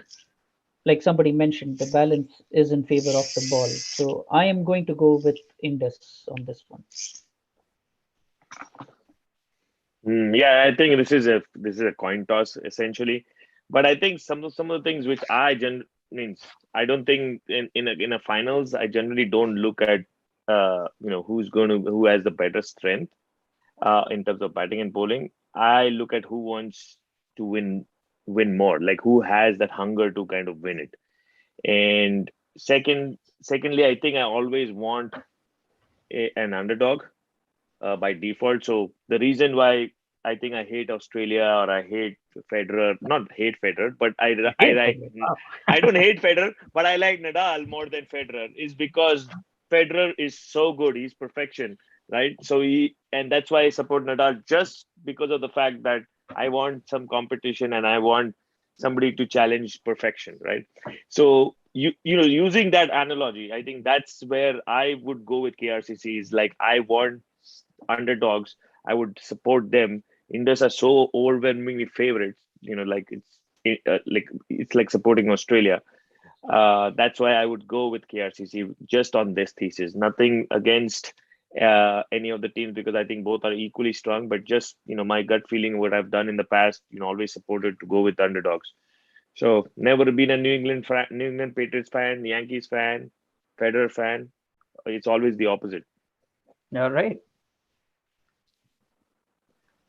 I know it's going to be most relentless game because they have the proper lineup for bowling and batting. But this time I'll try to go support KRCC. I like Maulik to see with the club, so I support KRCC. But nothing bad to take from Indus. Indus is a great team, but just my support. Yeah. Yeah, for me, it is not about support. I'm not supporting KRCC. I'm not supporting Indus. The question is, as an analyst, who do I think is going to win? That's what I'm asked to do. I'm not asked who do I support. All right, because my support is immaterial. So the question before me is, who do I think is going to win based upon analysis of strengths and weaknesses? When I look at Indus, I think they have multiple options. So I think the big thing is going to be how those two left-arm bowlers are going to bowl. And obviously, I know what KRCC will do. KRCC is going to probably counter-attack with Vihar Vaidya. But if I was Gopu, then if Vihar Vaidya comes in, well, I probably would bring in a guy like Manoj Singh or Pandeti to get him. To get him, I think more than Pandeti, probably Manoj Singh gets him because he's a technically correct batsman. So a person like Manoj Singh will probably give him bigger trouble than. Don't forget Chetan Dushyant with his skidders. So now the thing is, these two left-handers, I can use that against their strength or the guys whom they are depending on. The guys like Maulik and Tamim Moni, they'll get a healthy dose of these two left-handers. So the ball is not going to be there just to, if they are having a day and if Sandeep bowls like how he's capable of bowling, especially when he starts hitting the spot, it's going to be very difficult. So I do think that Gopu has multiple options. He can switch and play things around as depending on the circumstances. But with regards to our friends at KRCC, they are going to be forced into a much tighter corner as to what they can. They are overwhelmingly depending on Tamim Moni for getting the breakthrough. So sure enough, Tamim Moni got 5 wickets the previous game. But, you have a guy like Chetan who can play technically straight shots and get Tamim Moni's impact reduced. So in that sense, I think Tamim Moni definitely will take wickets. But then the question is, if he's not going to be that effective wherein he's taking 5-6 wickets and things like that, then Indus has the edge at least on this thing. But there is a little concern I have on the batting end on Indus. But having said that, I have no concerns on the bowling end. I think they have multiple options which they can keep throwing various things. And I do not think they're going to drop catches like how Dynamites drop catches. So I think when some of those things go against them, there is going to be a problem. But again, if Bangera doesn't click, then somebody else has to step up, And so, yes, Bangera has been clicking the last few games and he's in fabulous form. But remember, it's a final. It's everything is between the years. And so I just feel on balance, Indus has the better options. And also Indus has the experience. They have won this thing. So I'm definitely going with Indus. I already told Malik this when he asked me this question. And I gave him the same reason as to why this thing. And again, I think they are going to counterattack in various ways. And both sides, they are going to, obviously in a final, you're going to have various options. If you do this, I'm going to take this away and I'm going to this. So there'll be a chess game which is being played. But I think on Indus, at least there is one clear leader, and they seem to have a lot of clarity in how they go about making that decision. I haven't felt that about KRCC. KRCC, I feel there are about 3-4 different schools of thought. You have Gaba, who has his school of thought. You have Malik, who has his school of thought. You have Yogi Bhai, who has his school of thought, and Jasneet, who has his school of thoughts. Some of these guys match each other. Some of them do not. And they all have differences on how they should handle it. I don't see that lack of clarity in terms of with regards to Indus. So that is another reason why I like Indus. Is they're very clear as to who's leading, and that's his decision and that's his job. And he makes a decision. It's the rest, everybody else's job to support that decision. And so it's going to be a good game is what I feel. So we'll see what happens. So I think we should now post some questions to the skippers. I do not know what happened to Yogi Bhai, but at least we have Gopu on. So we probably should ask some questions to Gopu. So Gopu, first up, third time in the final. You've been there twice before. Both times you've come out on top. Any different feeling? Do you still feel that little tingle down your back at the thought of a final, or is it has it become just a matter of routine for you and your team? No, it's not, definitely not routine, but definitely, I mean, final is a big game. And having said that, I'm not kind of like, okay, this is the third time. There's no pressure that I'm taking in, which is more important, because normally I try my best. I try to do all the homework I can do, and it's a given day. If you play well, you'll win. If it is not your day, you'll lose. So I don't really worry too much about that part. Only thing is how much of a homework that you have done is what matters to me. So irrespective of a playoff, it doesn't matter. Even though for a league game, I normally tell my guys, okay, this is where the strengths, this is where the weaknesses for a certain team, right? So most of the times, if it goes good, it's good. If not, it's always the captain who needs to be blamed for. But I'm always up for it. I'll take whatever criticism it is. So because if you want to win the games, you also need to take criticism in one way. And I think I'm always up for it. And Viju knows more about it. But having said that, I think definitely I think it would be a cracker of a game. And KRCC performing very well, and they have some good additions this year and coming up as a unit. Always helps for any team. Like how Dynamites, very impressive season for them. Like if you play as a team, definitely, irrespective of you have a star or it doesn't have a star, it doesn't matter.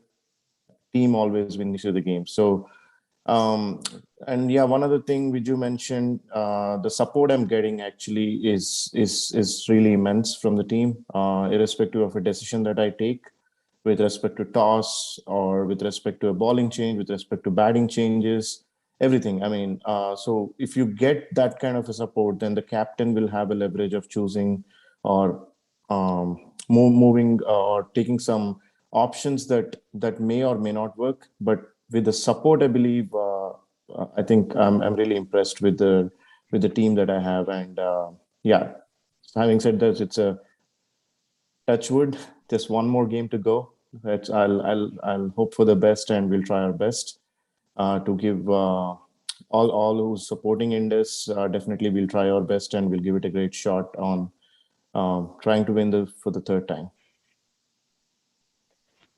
So Sandeep, I had the question which I had asked before. This is more around, talking about the mindset about power play. So I've seen a couple of mindsets. I don't know which way you kind of sway. One is around taking the mindset based on, when you have the upper hand, you basically go for the kill. Or the other way where you kind of keep wickets and basically use it, when you have basically nothing to lose. Which way do you generally go, or is it dependent on situations? I think, yeah, it is mainly, I was about to say that it is kind of dependent on a situation. Sometimes, for example, if you're losing too many wickets, like maybe you lost already 5 to 6 wickets by 15th over. So we don't want to hold up. And what if we lose more wickets and there would be a position where you don't have a chance to take a power play or wait until the end. So in that time, I think two good batsmen who is in the crease, I think I'll go for a power play with them just to get that quick, maybe 20, 25 runs, which will help the team always build up some good score on the board, right? So it all depends on the situation. And if it is a final or if it is a playoff game, definitely we normally don't see like huge scores. So there might be, I mean, the ball is harder right now, but earlier DCL 50-60 was also a good score.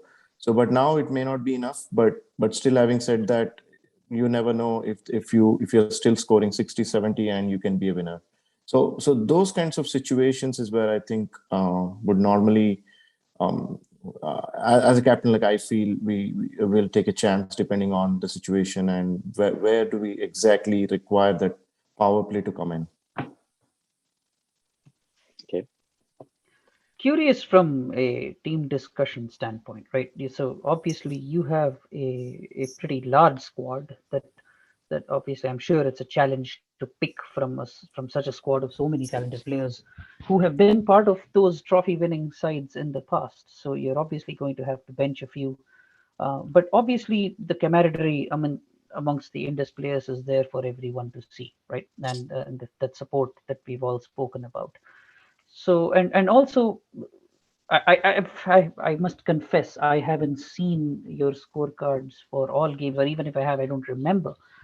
But there is a lot of mix and match that goes on even in your squad, even in, not if not necessarily in terms, not just in terms of the composition of the team, but also the relative positions in batting and bowling. So how do you keep uh, how, uh, how do you keep the players apprised, if at all you do, of is there any communique before every game that goes out that's saying this is the reason why we have picked the team that we have, this is the strategy we're going to follow, and this is your role for this weekend? Because oftentimes it's happened in teams that I have been part of across leagues, across formats, where people often tend to say that I have not had a clear picture of my role.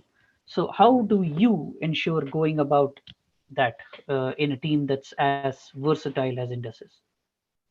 Yeah, I mean, you said the roster is big. We managed to qualify 24 people, 24 players, which is definitely a challenge to pick who will be part of the playoff. So that's where, as I was mentioning, great help from all of the players who were, even though they're not picked in the 12, but still support the team. So that is one of the good factors and positive vibes that we get, right? So having said that, yeah, I mean, yeah, definitely there is a strategy for each game depending on the opponents. Like, as I said, like, for example, we're playing against Pokiris, a recent game. Saran, who is a very good player who opens the batting. And I always know he's a very good player of fast bowling. So we just thought something needs to be slowed up a little bit by bringing in left arm spinners, or at least bringing Manoj in the second over who can bowl that slower ones as well. So similarly, we just have some strategy within the team. Okay, who will play the waiting game, who will attack, and who will, if at all a wicket falls, who will go next. So those kinds of things will be cleared. At least for few positions, but not all the positions are fixed. It all depends on sometimes we have to have a middle, or in the, like, after 10 overs, 10 to 25, we also have to strategize, like, okay, if at all we go all the way without losing wickets and maybe one or two, then we have to have some power hitters at the end who can quickly score some good runs. So those are the things definitely we will think. And we have a unit of like a committee, like we discuss among ourselves, and we discuss some strategies, and unlike every other team does. But But only thing is sometimes some decisions.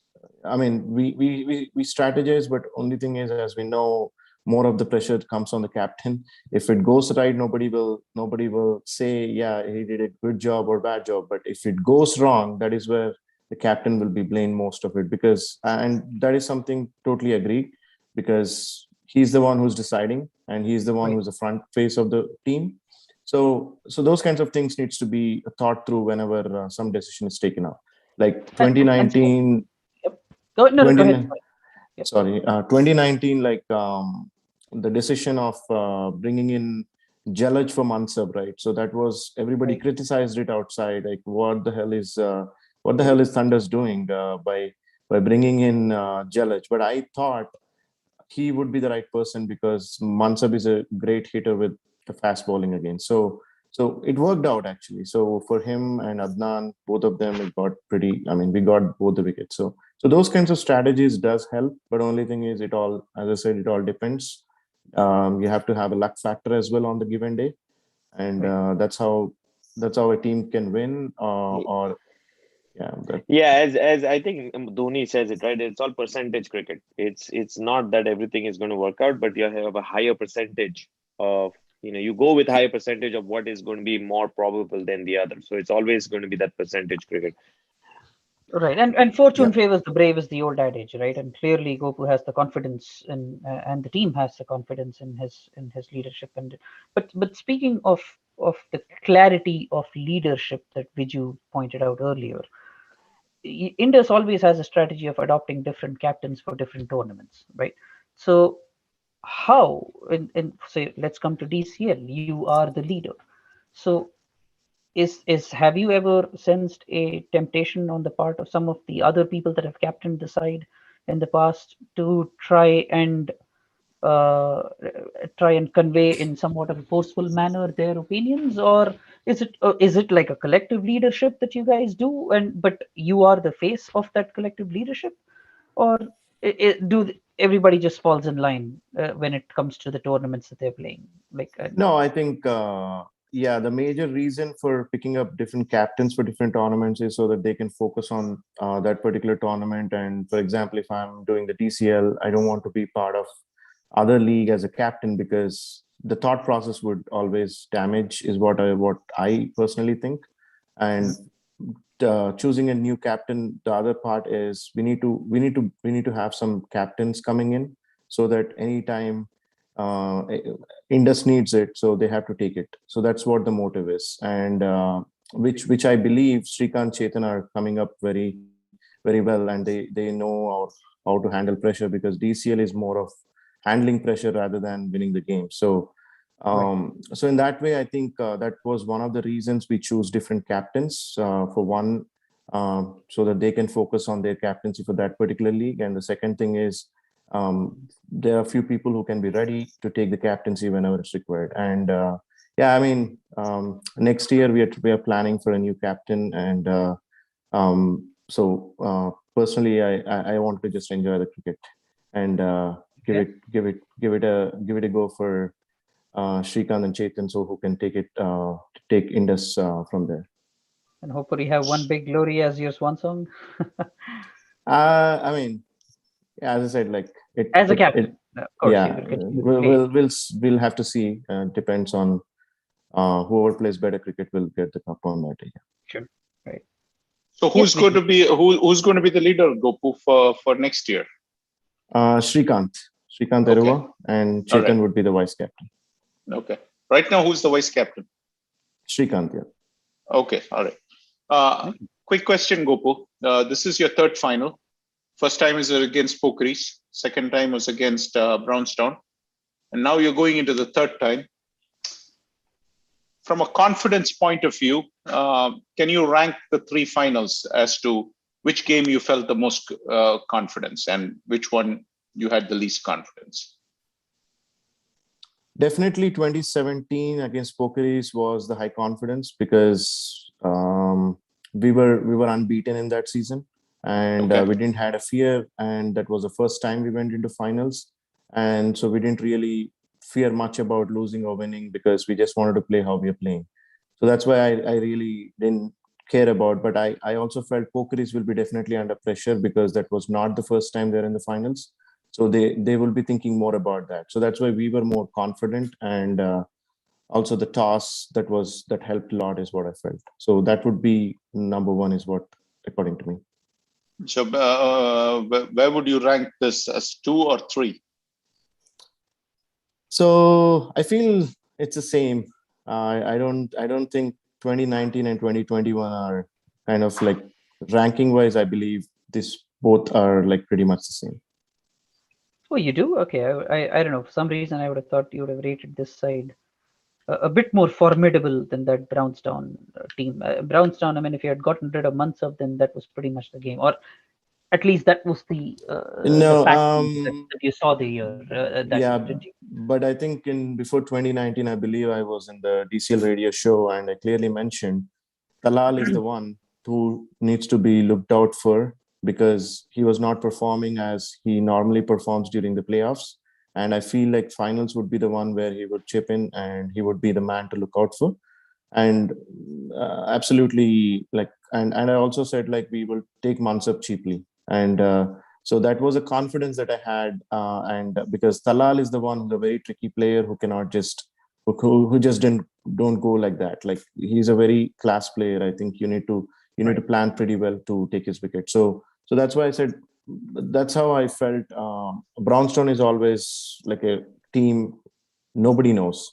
So how they play on a given day, and especially playoffs, I think they will be like very powerful in terms of like batting, bowling, or even though they are weak in their fielding unit, but still, I think everybody will be pumped up, and I don't know what energy that brings or Rashid brings in Brownstone before the playoff game.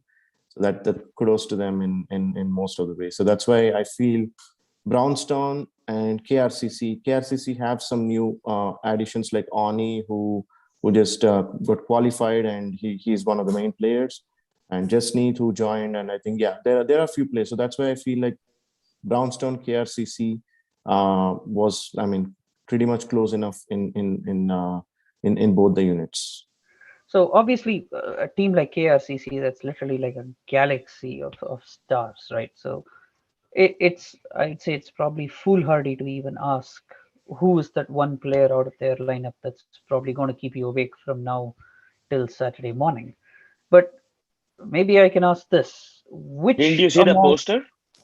Yeah, I know, right? So you may want to put it up. I mean, I don't know. It's. Did you take it from one of those WrestleMania posters from back in the Yeah, yeah, day? yeah. The background. Right. But which amongst those have you spent the most time planning for? I mean, I believe definitely KRCC, whatever the names that you have mentioned or the names that are being coming on the show. But I believe Vihar is very underrated player. I think he's one of the I top class agree. players for KRCC, and I think he I think he just batted, if I'm not wrong, one down in the semis. But prior, I don't think he got enough chances to bat up the order. So I think if my gut feeling says, I think he will be batting up the order again with us. And he's one of the class players who just doesn't hit or he doesn't swing the bat. I think he can score runs quickly, at the same time he can stay at the wicket. So I think he's one of the players I will be looking for. And yeah, there are a couple of players, definitely Ani, Molek, Jasneet, Onkar, who's a hitter at the end. He used to come one down, if I remember it correctly, before. And Prajwal, who is another player, who's a lefty. I think he's also one of the good players. Sahesh is a very good all rounder, but Oh yes. it's hard to pick. But only thing is, big games like this, I think my X factor for KRCC would be Vihar Vaidya. Yeah, interesting answer there. Yeah. Great pick. Yeah, again, I think Vihar Vaidya is going to be critical for them to hold one end up. But again, I think he likes to play a number of shots on the onside, and I'm very sure you've done your homework. And I know if I was playing against Vihar Vaidya, I would close off many of those shots off, making him earn his runs in different ways. But Having said that, Gopu, now you going back to 2019 final, you said you were very confident you'll get rid of Mansab cheaply. Any bold predictions for that for this game? Your gut feeling, hey, this is Oni is not a big factor, Malik is not a big factor, I'm going to get rid of them quick. Do you have any feelings like that? Or, I mean, yeah, I was going to ask you the same question as to, who's going to be the Talal for this thing? And you already answered that you thought Vihar Vaidya. And I do think that they are going to give you a healthy dose of Vihar to get rid of your spinners. But I think you're also smart enough to figure out that what you need to do. But having said that, what's going to happen? Any bold predictions? I mean, coming to Oni, right? I'll come to Malik after that. But Oni it doesn't matter who's bowling, who's not bowling. He just does the job. Like I believe the job from him is maybe Yogi Bhai already said to him, he just have to score that quick runs. So that 20, 25 or 30 runs, if he scores quickly, definitely it's a plus for KRCC. But I think we have some plans. So hope that works out. I don't want to reveal the plans, but obviously, no, we are not going to ask you to reveal anything. So I believe, the same thing with Malik. He's a good friend of mine. Only thing is Malik has the tendency to go after certain bowlers and also give chances. I think we just wanted to grab those chances. So without giving him a second chance, I believe, not to say, but yeah, I think I have a plan for him. And I believe the first 5 balls would be crucial to Malik. And if we can get hold of that first 5 balls, I think the plan worked out. First 5 or 10 balls. Okay. And makes sense because all of us as skippers, I think we wouldn't have done our homework if we didn't go with a plan. Every one of us at this stage of the game, at least a league stage, I can understand if you didn't go with a plan, but you get to the playoffs, good teams will always have a plan and will try to execute that plan. And I'm pretty sure that you could have a plan. So that's why I asked you if you had a mistake. But I think, who's this? Parthiv wanted to ask something. So yeah, I had a strange inkling from a long time that this game could go to the super over. So hypothetically, let's say this final goes to super over. Who would be a 1, 2, and 3 batsman from Indus Thunders? Again, it depends how the performance was on the final day, because we never know who will click, who doesn't, because there are a few players in the team who performed previously, but they're not getting enough chances this year. So you never know. They might be top 3, or we might go with certain strengths that we have in the batting and certain batsmen that are on top of it right now. So it all depends on the final days. So you're still keeping your cards really close to your chest. You're not revealing. No, I think, but I would say having Bagheera said and that, Manoj Singh, 2 out of 3, I can tell you. I mean, I think Banguera for sure is going to be one of the 3. I mean, the other 2 is debatable, but I would think that because again, Parthiv, the question would be if you're batting first or we're chasing in the super Okay, over. maybe Also we depends, can right? So we can add part B. Yes, what would you do? Would you bat first or bowl first in your super over? well, I think that decision is that decision is already made for you. It depends on the toss because whoever batted first is going to be chasing in the super over. Yeah, it'll be chasing. So that goes without saying. Having said that, Gopu, I mean, I wanted to ask you this question was with regards to. Sorry, the question slipped my mind. I'll come back, but I'll let somebody else. While you're thinking of that, though, is it fair to say that if it did come to a super over, then your bowler would most likely be Sandeep? Oh no! I remember. No. I think no. See, would be 5, right? 5 over super. Yeah. See, this is the great thing about DCL. I think the DCL committee has really done a fantastic job. Oh. All 5 different bowlers have to bowl 5 overs. Oh, so in other words, so it's a 5 over match. So when you say super over, it's a 5-over super over. Oh, that's right. That's what happened between Pokiris and Glads back in what, 2015? Yeah, it was 5-5 over. Yes, yeah. It was 5-5 Yeah, overs. you're right. Yeah. Okay. Okay. Because otherwise you could have a superlative bowler like Deepak when he was superlative, say 4-5 years ago, and you would hardly get any runs. Right. Especially in this form of cricket. You see, in leather ball, it's a little more of an even game. But here, the bowler has a phenomenal advantage. So the committee did the right job by saying that, hey, 5 different guys bowls 1 over each. So Oh, that's actually fun. Yeah, right. yeah, so that makes it fair enough, and it's not 2 wickets fall and it's over or whatever it is. You get to score how much ever runs in that 5 overs. Doesn't matter. I don't think there is a limitation on the number of wickets falling. Correct me if I'm wrong, Gopu. Yeah, that's right. Yeah. Yeah. Oh, there isn't? Okay. No. Yeah, because it's 5 overs, right? Unlike a 1 over super over. So. Wow. And it's DCL. You can suddenly get 2 wickets, 3 wickets just like that, you see. So I think there the committee has done a fantastic job on the super over. Yeah, I agree on that. Because there's a unique in DCL style. Nobody has this 5-over thing. So that was a great introduction and gives an even chance. Yeah, with the batsman bowling. It's perfectly fair. You get my point? No one person is going to dominate it. It's 5 different bowlers bowl, and whoever keeps their cool in this thing. But it's going to be a great final. I'm looking forward to it. Let's hope the weather cooperates. Other question, Gopu. Change in ground. Does that have any implications on your strategy? Oh, before that, which ground is this game on? I think it's been moved from Big Sports Park, right? It's been moved to West Bloomfield or something. Yeah. It's Oh. Keith ground. So that's happy hunting ground for you. No, Vijay, I think it doesn't. Or it another doesn't rainy really... day 4 years ago. No, I think because I feel like Drake Sports, Keith are pretty much similar.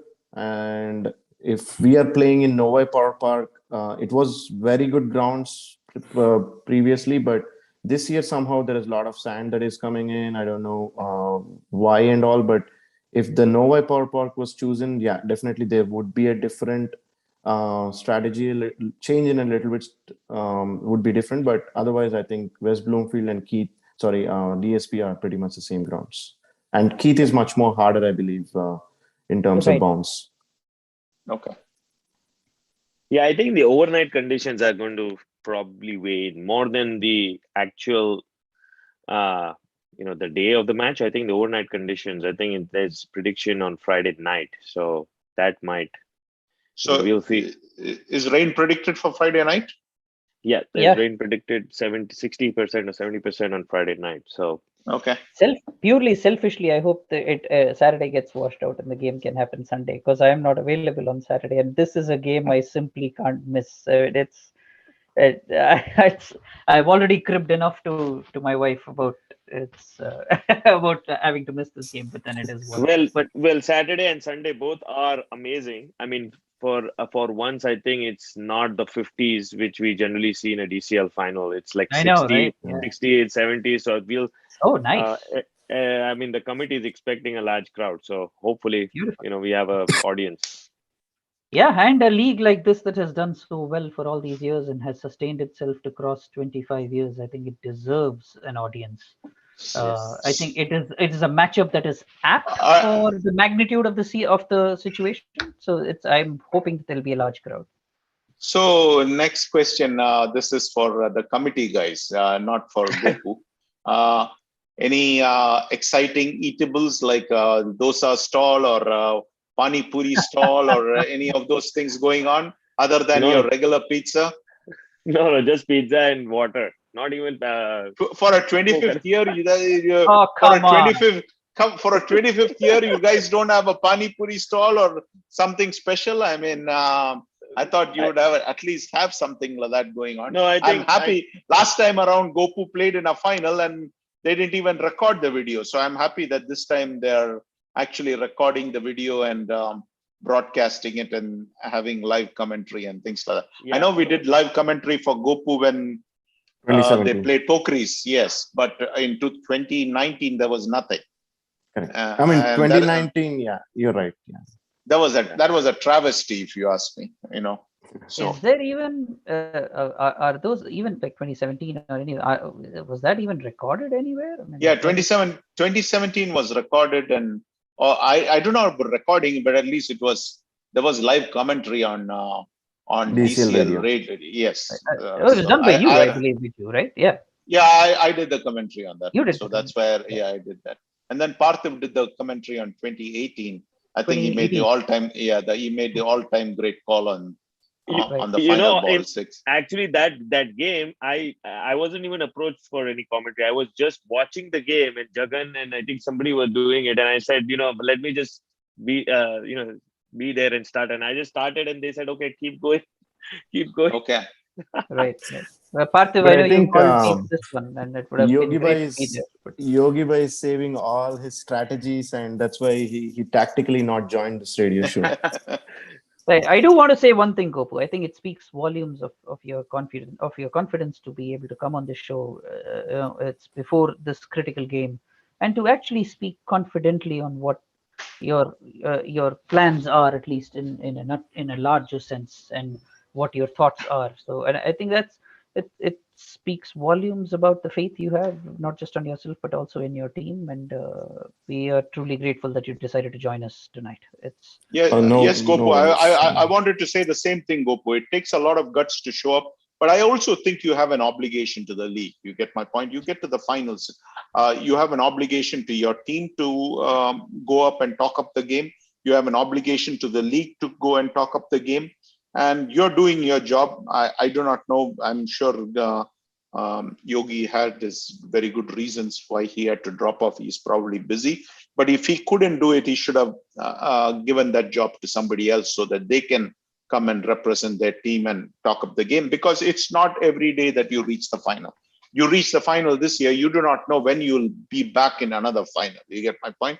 So when you get that opportunity, throw that spotlight on your team and on your players and on the league, and it's fitting that you go and do that. And I think I want to give you special credit for going and doing that, because every time we have asked you to do something, you've gone and represented your team well and represented the league well. And even in a final, we are not asking you for any great strategy. All right, everybody knows that no team is going to go without any strategy. Of course you'll go with a strategy, but you owe it to your players and to the rest of the league to go and do your part of the job. Sure, we are doing whatever we can do from our end, but I also think the teams should do that. And the teams which do not do that, they need to hang their head in shame, because you are frightened of each and everything. And if you keep getting frightened of each and everything, go and live in a corner, hide yourself in some hole. It's better that you're there than say that you're great, or you're so and so and you play on so and so team. You've done squat, So Gopu, I want to give you credit, and to your players. Good luck for the game. Who do you think on your team is going to do the best? See, that's a tough question, but thank you for that. Thanks for like all the kind words, and definitely we'll try our best. And it would be, I hope like it would be a cracker of a game. But yeah, to pick one person, I don't think I can, because as I said, like we always play as a unit. So I just wanted to give the credit for the entire team as a unit. I don't want to pick one or two names, because as I said, you never know whoever did not perform, as they didn't get much chance, but they might be the star for the finals. So I have that in mind, and I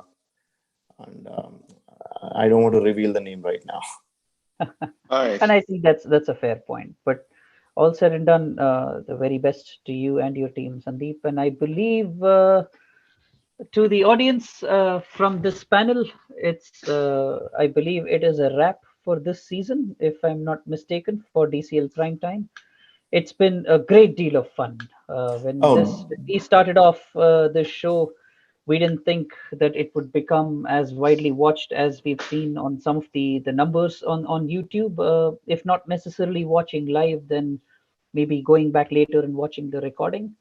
Yes, I think we can proudly say that we've caused some teams to raise their level of performance just by the honorable mention that they've gotten on the show or the encouragement. Yes, we have also raised the hackles of quite a few people, but we assure you that there was no malice intended. It was all in good fun. I think we can safely say that all of us on this panel, Satya, Viju, Parthiv, and myself, Satya, of course, not very forthcoming with words on the show, but clearly the backbone of from an infrastructure and technical standpoint of running this show.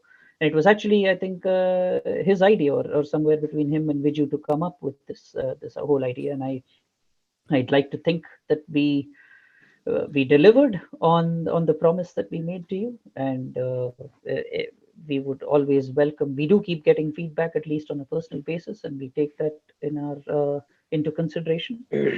And I think we can proudly say that no matter which way any show has gone, I think you've all had quite a lot of fun. And I'd like to quote Brian Lara. It's I hope we will all be the show will be remembered as having been a great entertainer, because ultimately that's what counts. We all, as children, growing up watching this beautiful game, have dreamt of coming on television, being interviewed, performing in front of an audience. And yes, we might never represent our countries, not in this lifetime, but I think this league, this and the cricket in this country has given us the opportunity to shine and to realize in some little way those childhood dreams. And and it makes me proud, at least, that to have been part of a show that's enabled that in a large part. So I will also let my fellow analysts have their say, and of course our guests.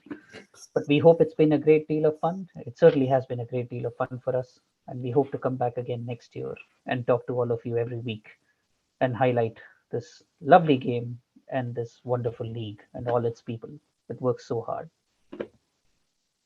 Yeah, Avi, So I thank just you wanted for to all say, the support. yeah, Avi, thanks for the great words. I thought you summed it up very well. I too felt the same way, in the sense that was not my brainchild. It was Satya who came and asked me about doing the show. He wanted me to do the show, and then I said, all right, well, we need a team. And so my first choice was to get you on the show as a host, so that I can Thank you. do the color portion, which is what I enjoy doing, which is speaking my mind. I don't necessarily want to host a show. I prefer to speak my mind, and oftentimes I know that I have a acidic tongue, so I can rub people a lot of the right way, the wrong way, all kinds of things, but no malice intended. Again, what you see is what you get, and all we are trying to say is, hey, if you want to be better, then you have to push yourself. And if you can't push yourself, and if you can't accept criticism, you will never get better. If you go and talk to my son, he'll tell you that there are times he has hated me like anything, because I keep pushing him. Yeah. And yes, if you push a person, yes, you know what? Go and talk to him. He'll tell you that, yeah, he got 99.4 percentile in the SAT exam. But it wouldn't have happened if I did not push him. So sometimes when you push a person, it's not because I didn't love the boy, but if you think that the person has the ability, sometimes to get the maximum out of that person, you'll have to say a few things and push that person into uncomfortable corners. Arthur brought the question of Roger Federer. Roger Federer is a better player because of Rafael Nadal, because Nadal kept on hitting that backhand. Federer's backhand was weak, but it became a thing of beauty, because it's either that or you're not going to win anything. And so when we sit and criticize somebody, it's not with the intention of putting them down. It's like, hey, if you want to become better, then you should be able to take the criticism, and that's part of the game. I think the saddest case is when somebody doesn't talk about you. When somebody doesn't talk about you, that means you have not even registered a blimp on their radar. So somebody talks about you, whether it is good or bad, at least you have registered something onto this thing. Now the question is, how do you raise the level of your game? And if you look at Indus Thunders, they have raised the level of the game. They have reached the finals. KRCC has reached the finals. It's going to be a great game. The other teams, well, you have something to work on. And so whether it is a Glad's team or whether it's a Pokiris team or whether every other team, well, none of you guys reached the finals. So you still have something to work on. And so there's still some things which can be improved. And there are still some things which can be done. None of the criticism was meant as a personal affront to anybody, but it is like, hey, you're playing this game and it is not just to while away your time. It's also you're trying to achieve something. And only those who have that hunger and willingness and desire to go out and try something, you're going to this thing. So coming back to this thing, when we did this show, as I said, we approached you and then we brought Parthu on the show. I couldn't think of a better team. I thought we gelled very well. It was great chemistry. And every now and then we brought in a number of guests and I had a ball doing it. The only downside, Avi and Parthiv and Satya, is that I find that I can't sleep. The only time I'm going to sleep is after the show is done. So all through the night I'm awake. And so that has been my biggest downside with regards to the show, is that I know if I go to sleep, then I will not be awake for the show. So I keep myself awake all through the night, drinking lots of coffee. And it helps that, I work on US time with regards to the stock market, because that's what I do. I'm a stock analyst. So I keep investing in shares. So what happens is that, yes, I'm awake, but then the thing is that I would like to sleep as soon as 4 o'clock Eastern time is done. So that's what I do on a regular basis is, 4:30 Eastern time, I go to sleep. But when the show is there, I have to wait till the show gets over before I can. So I drink a lot of coffee and keep myself awake. I had a ball doing this, but never felt like a chore. I felt that I had great fun. It's almost as if I was there. Seeing you guys in person, it really made my day. Reassociating with people like Gopu and Parthiv and Yogi and many of the others who have come on the show, it really made my day, and it added a special element to my life. So I just wanted to thank you guys for being a special portion of my life. I'm going to miss you guys once the show is over. I hope we do this show again next year. I just do not know if I'll be there. I just wanted to throw that out only because there's somebody else asking me to do some work for them on a charitable basis. So I do not know if I'm going to do that. I haven't made up my mind. But yeah, I think I'm not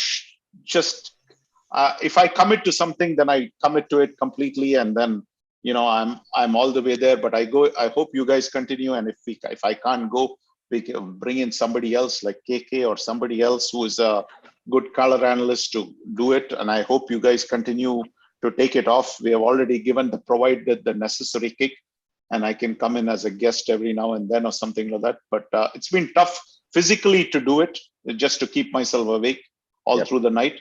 But I enjoy doing it. I felt DCL was such an integral part of my life for so many years. And this year, being part of the show allowed me to once again add value in whatever way, shape, or form. But it'll be special memories, and I'll miss you guys. And Parthiv, once again, congrats on winning the Best Analyst Award. It is well deserved. You should be proud of it. I hope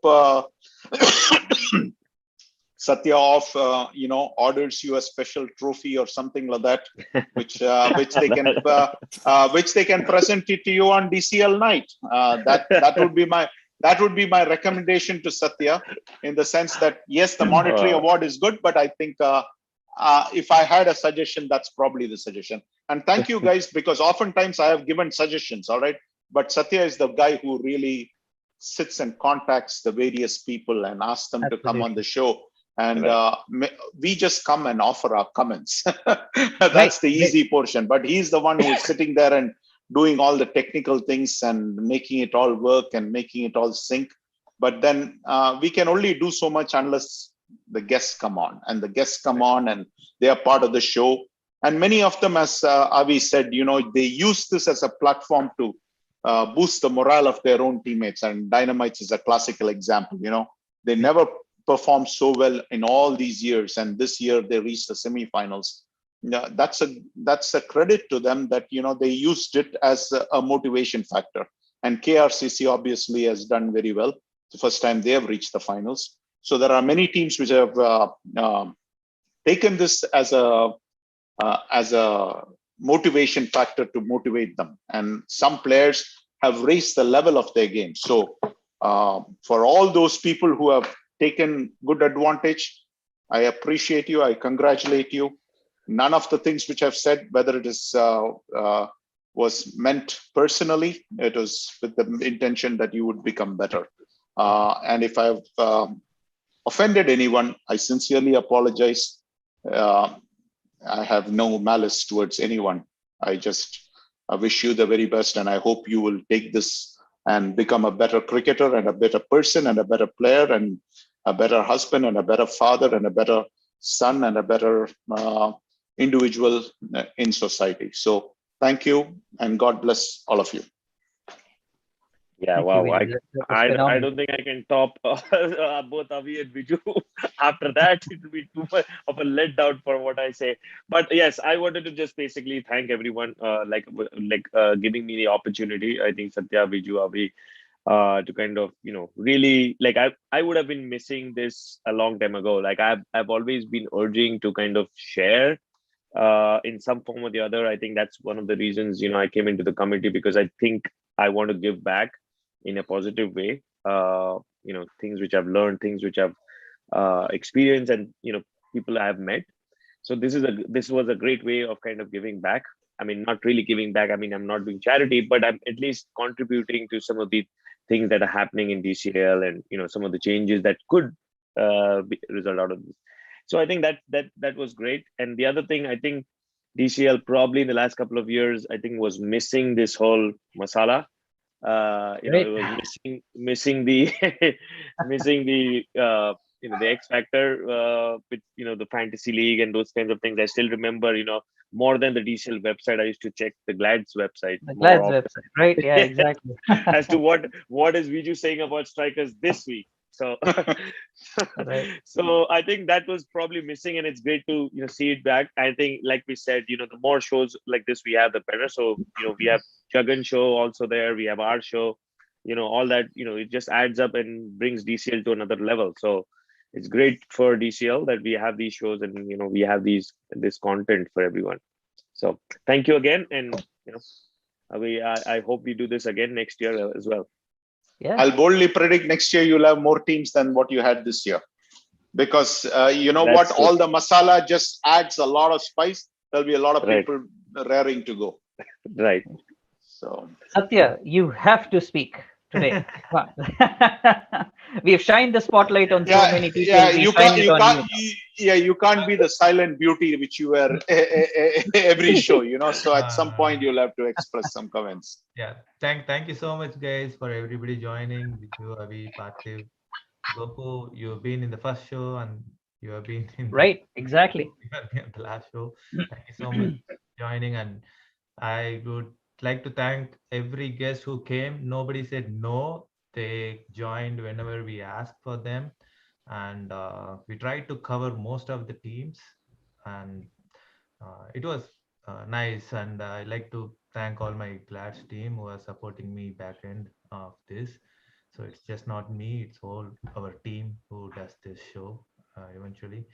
So thank you, Viju, for staying late and finishing up the show most of the time. And Avi, thanks. I know, about you're coming home and saying 3-hour shows, but it was a great show. So initially I started. I don't want to miss the website thing. Viju asked me to write, but I'm not that good of writer or a speaker.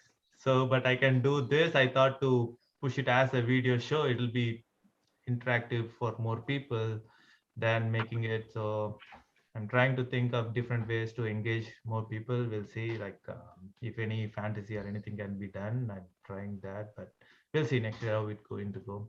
So thank you, guys. Thank you, Gopu, for joining and staying all the way here. Yeah, absolutely. Yeah, Gopu, we really appreciate you staying all this while. Yeah. Yeah, and, no problem. Sorry, go Avi, ahead, can you Vijay. especially thank your wife, especially in the present condition, for allowing you to host the show on most occasions and being there for the full 3 hours? All right. It's all, if I can think of only one place where we failed, it's probably the time factor. But I also think that the time factor also allows for a more complete show, in the sense that people want to hear what you exactly feel rather than some special, oh, strikers did well. Well, who cares about that? You want to hear, okay, who did well? What made that as a special occasion? Okay, well, Vinayak Kamble came and played an outstanding game, or Kapil had an outstanding game, and Parthiv instituted this strategy and that worked, and things like that. That's what makes it different. I mean, just saying, yeah, they had a great game. Anybody can say that and finish it in one sentence, so that doesn't mean anything. So I do think that, I don't think we'll ever be able to do it a 1 hour show, but I think probably a 2 hour show is reasonable. But we all like to talk, and so that's the other thing. And when you bring in guests, they also want to express their opinion. Some guests are very articulate and are able to articulate their position. So all credit to them too. Absolutely. No, and thank you, Vijay. I'll certainly pass on your thanks to my wife. And I'd say, and not just my wife, right? I mean, I guess to all of us on this show, I think we owe a huge debt of gratitude to our families for allowing us to indulge in our passion. It's in your case, Vijay, in the odd hours that you do.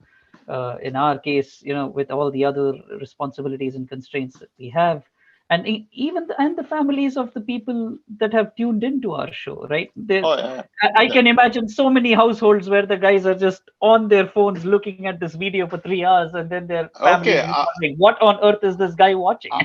Avi, some guys are very creative. Whenever they are going to drive for work, 45 minutes, they turn on the YouTube and they let it run, you see? So they are entertained for that 45 minutes of the drive and the 45 minutes, and then the 45 minutes back, they play the show too. So many people are creative in how they consume the show, you see? So that's important too. But there are some guys like Dinesh Devaraj, if I'm not mistaken. He came and did a fantastic job of representing his team. They used that platform. All you can do is give a platform, and then the captain has to take that responsibility to do a good job presenting his team. Right, and even Javed from Canton 11. I mean, yes, Javed did actually went to he went to the trouble of collecting his teammates' opinions and actually conveying them on the show. And one of his teammates actually sat and wrote it, and he read it. It doesn't matter. It is the intent and the effort. That's what really makes the difference. Absolutely. Gopu, I'm sorry, were you about to say something? Oh no, all I wanted to say is thank you again. I think as Satya mentioned, wanted to mention the same. Was fortunate enough to come back to this show, and as the first episode and the last episode, but I'm really thankful. And I don't know, for some reason there is a special bonding for me specifically with Glads. I don't know, always, especially with you, he pumps me up so much, and that's how I think I became a better individual, is what I feel all the time. And in terms of like thinking perspective, or taking the team into a different path, or how to win games maybe. And so in that way, and again, being part of the DCL Prime Time, again, Satya, Viju, everybody's hosting this along with Avi and Parthiv. I just feel like there is a special bonding for me with Glads, which is helping me in lot many ways. And finishing off also, like being a guest is always an honor. And thank you so much for that. And hopefully, it would be a good game, and we'll try our best and try to secure the title. But it is all like how you play. And special thanks to committee as well. Even though they do a lot of hard work, which not many people might know, but I think especially during this pandemic time, I think we should especially give it a call out for them, because I know for the families that have kids at home, it was more difficult to manage with these situations. And I really wanted to thank all their families who supporting, even though we just say cricket, we just go and play, enjoy and come back. But I think the more support that you require from the family is where like helps you a lot. So with respect to the show as well, like DCL Radio, DCL Prime Time, I think kudos to DCL, which is going to next level, and a lot of competitiveness that we have seen in this 25th year. And I think DCL is not going to stop like this. It's going to be more competitive. And I believe in an year or two, every game will be like a playoff, is what I think. So no game can be taken lightly, irrespective of the names. So which I already seen that this year, because as we see, Brownstown, who's one of the greatest teams, didn't click this year, but they'll come back strong if they're fielding the team again. If not, I believe, yeah, the teams which lost have a lot more thinking to do. But only thing is, apart from this, the better part is on field, off field friendship is so good. I wanted to really thank everyone for that.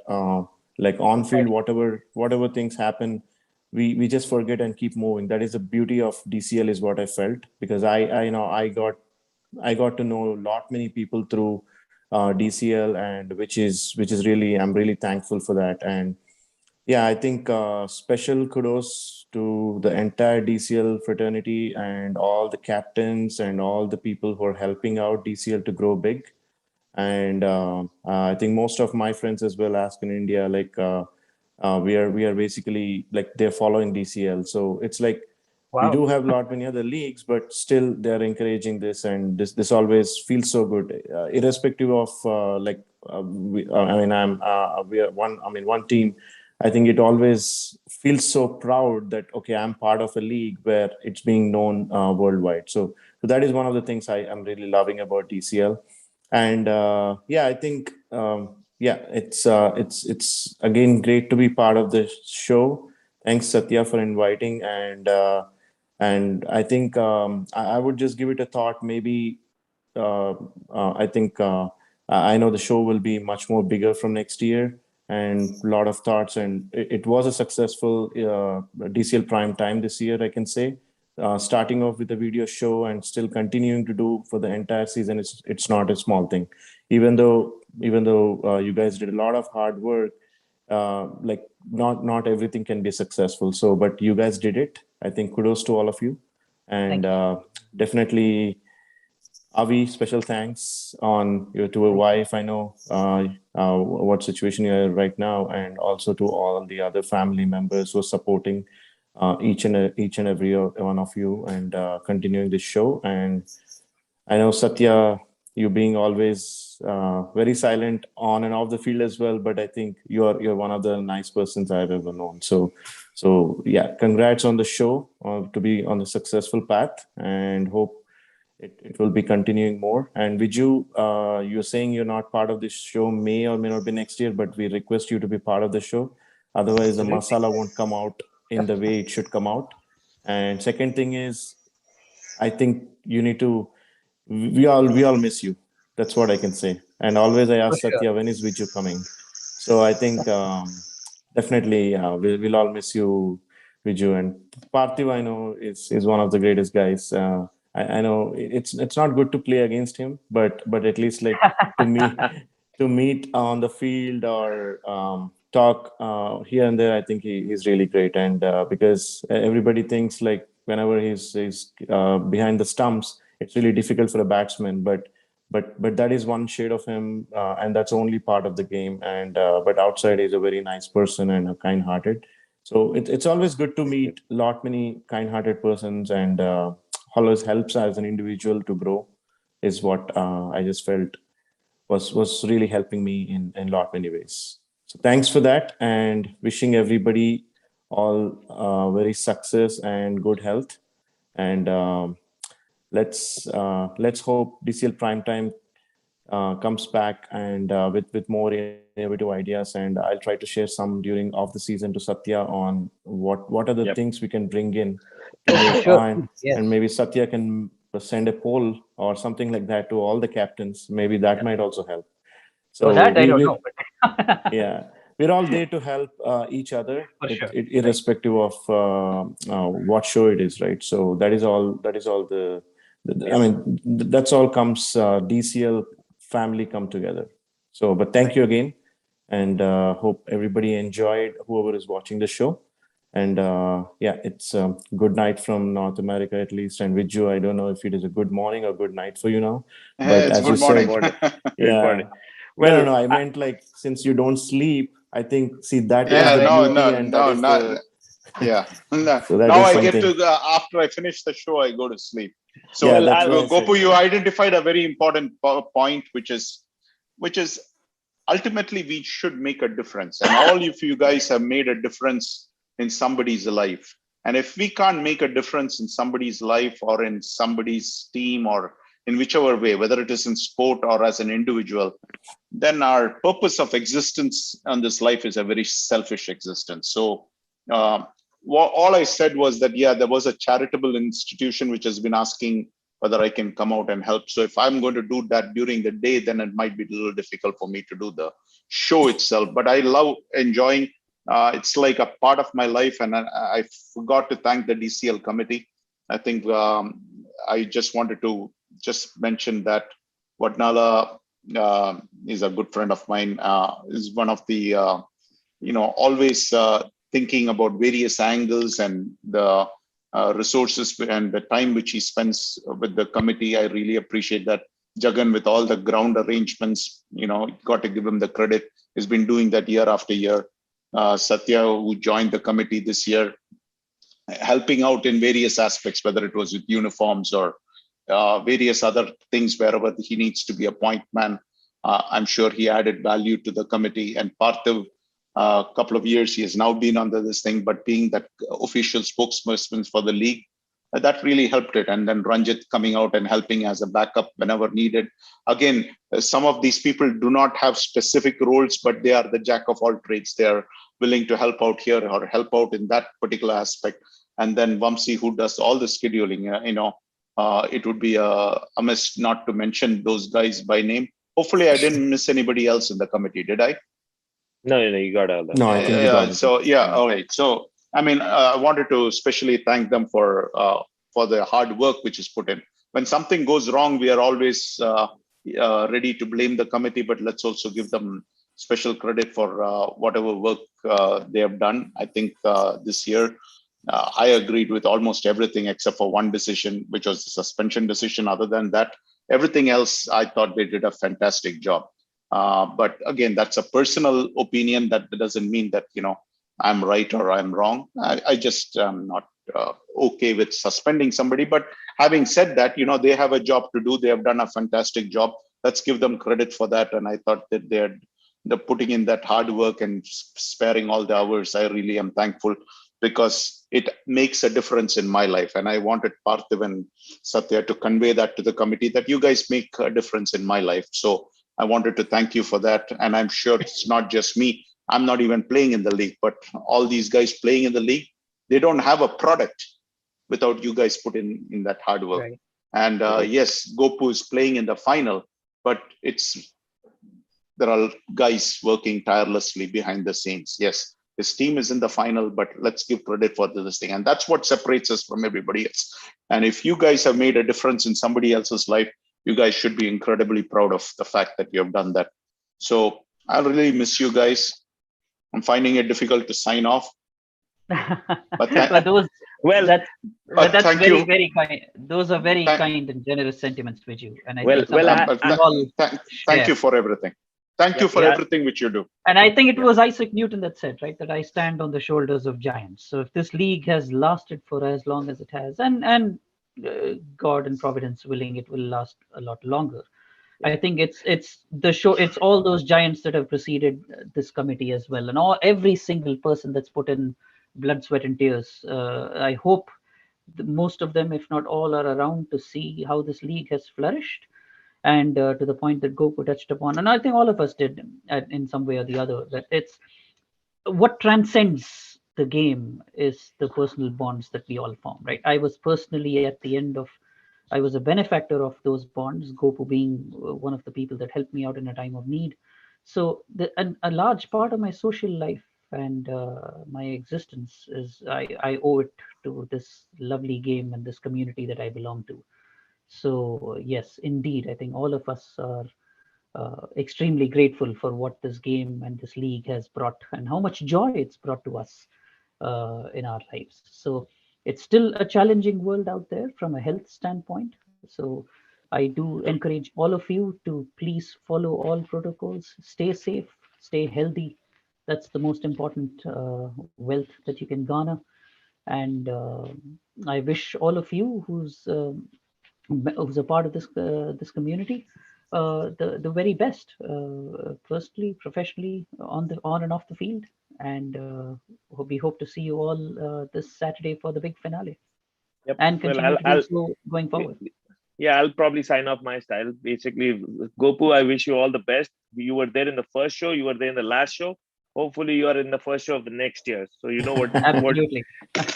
you know what that DCL means. prime time wouldn't be DCL prime time without Viju. So we'll You make know sure. what that means, right? Yeah.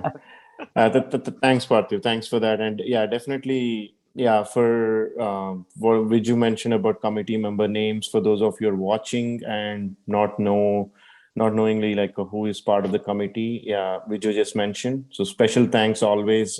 We are thankful for the DCL committee for all the work they do, and especially 25th year. It's really an honor to be reaching to the finals. That's what I can say. And yeah, definitely we'll try our best, Parthiv. And thanks for your wishes. But I know your heart says KRCC. But I'm just going to be supporting the underdog, but no, I know. that's I was me. just kidding. I was just kidding. But I think but whoever is watching the show, yeah, definitely do come over on Saturday at 10 a.m. to Keith Field to support good cricket. You don't have to support one team, but you can support both teams. Who plays better, I think they should win the cup. And having said that, thank you all for inviting again, and to thank you DCL for giving me this opportunity to be part of the show. And to thank you again, and good night to everyone. Yep. So Good thank night, you, guys. everybody. Good night, Have a everyone.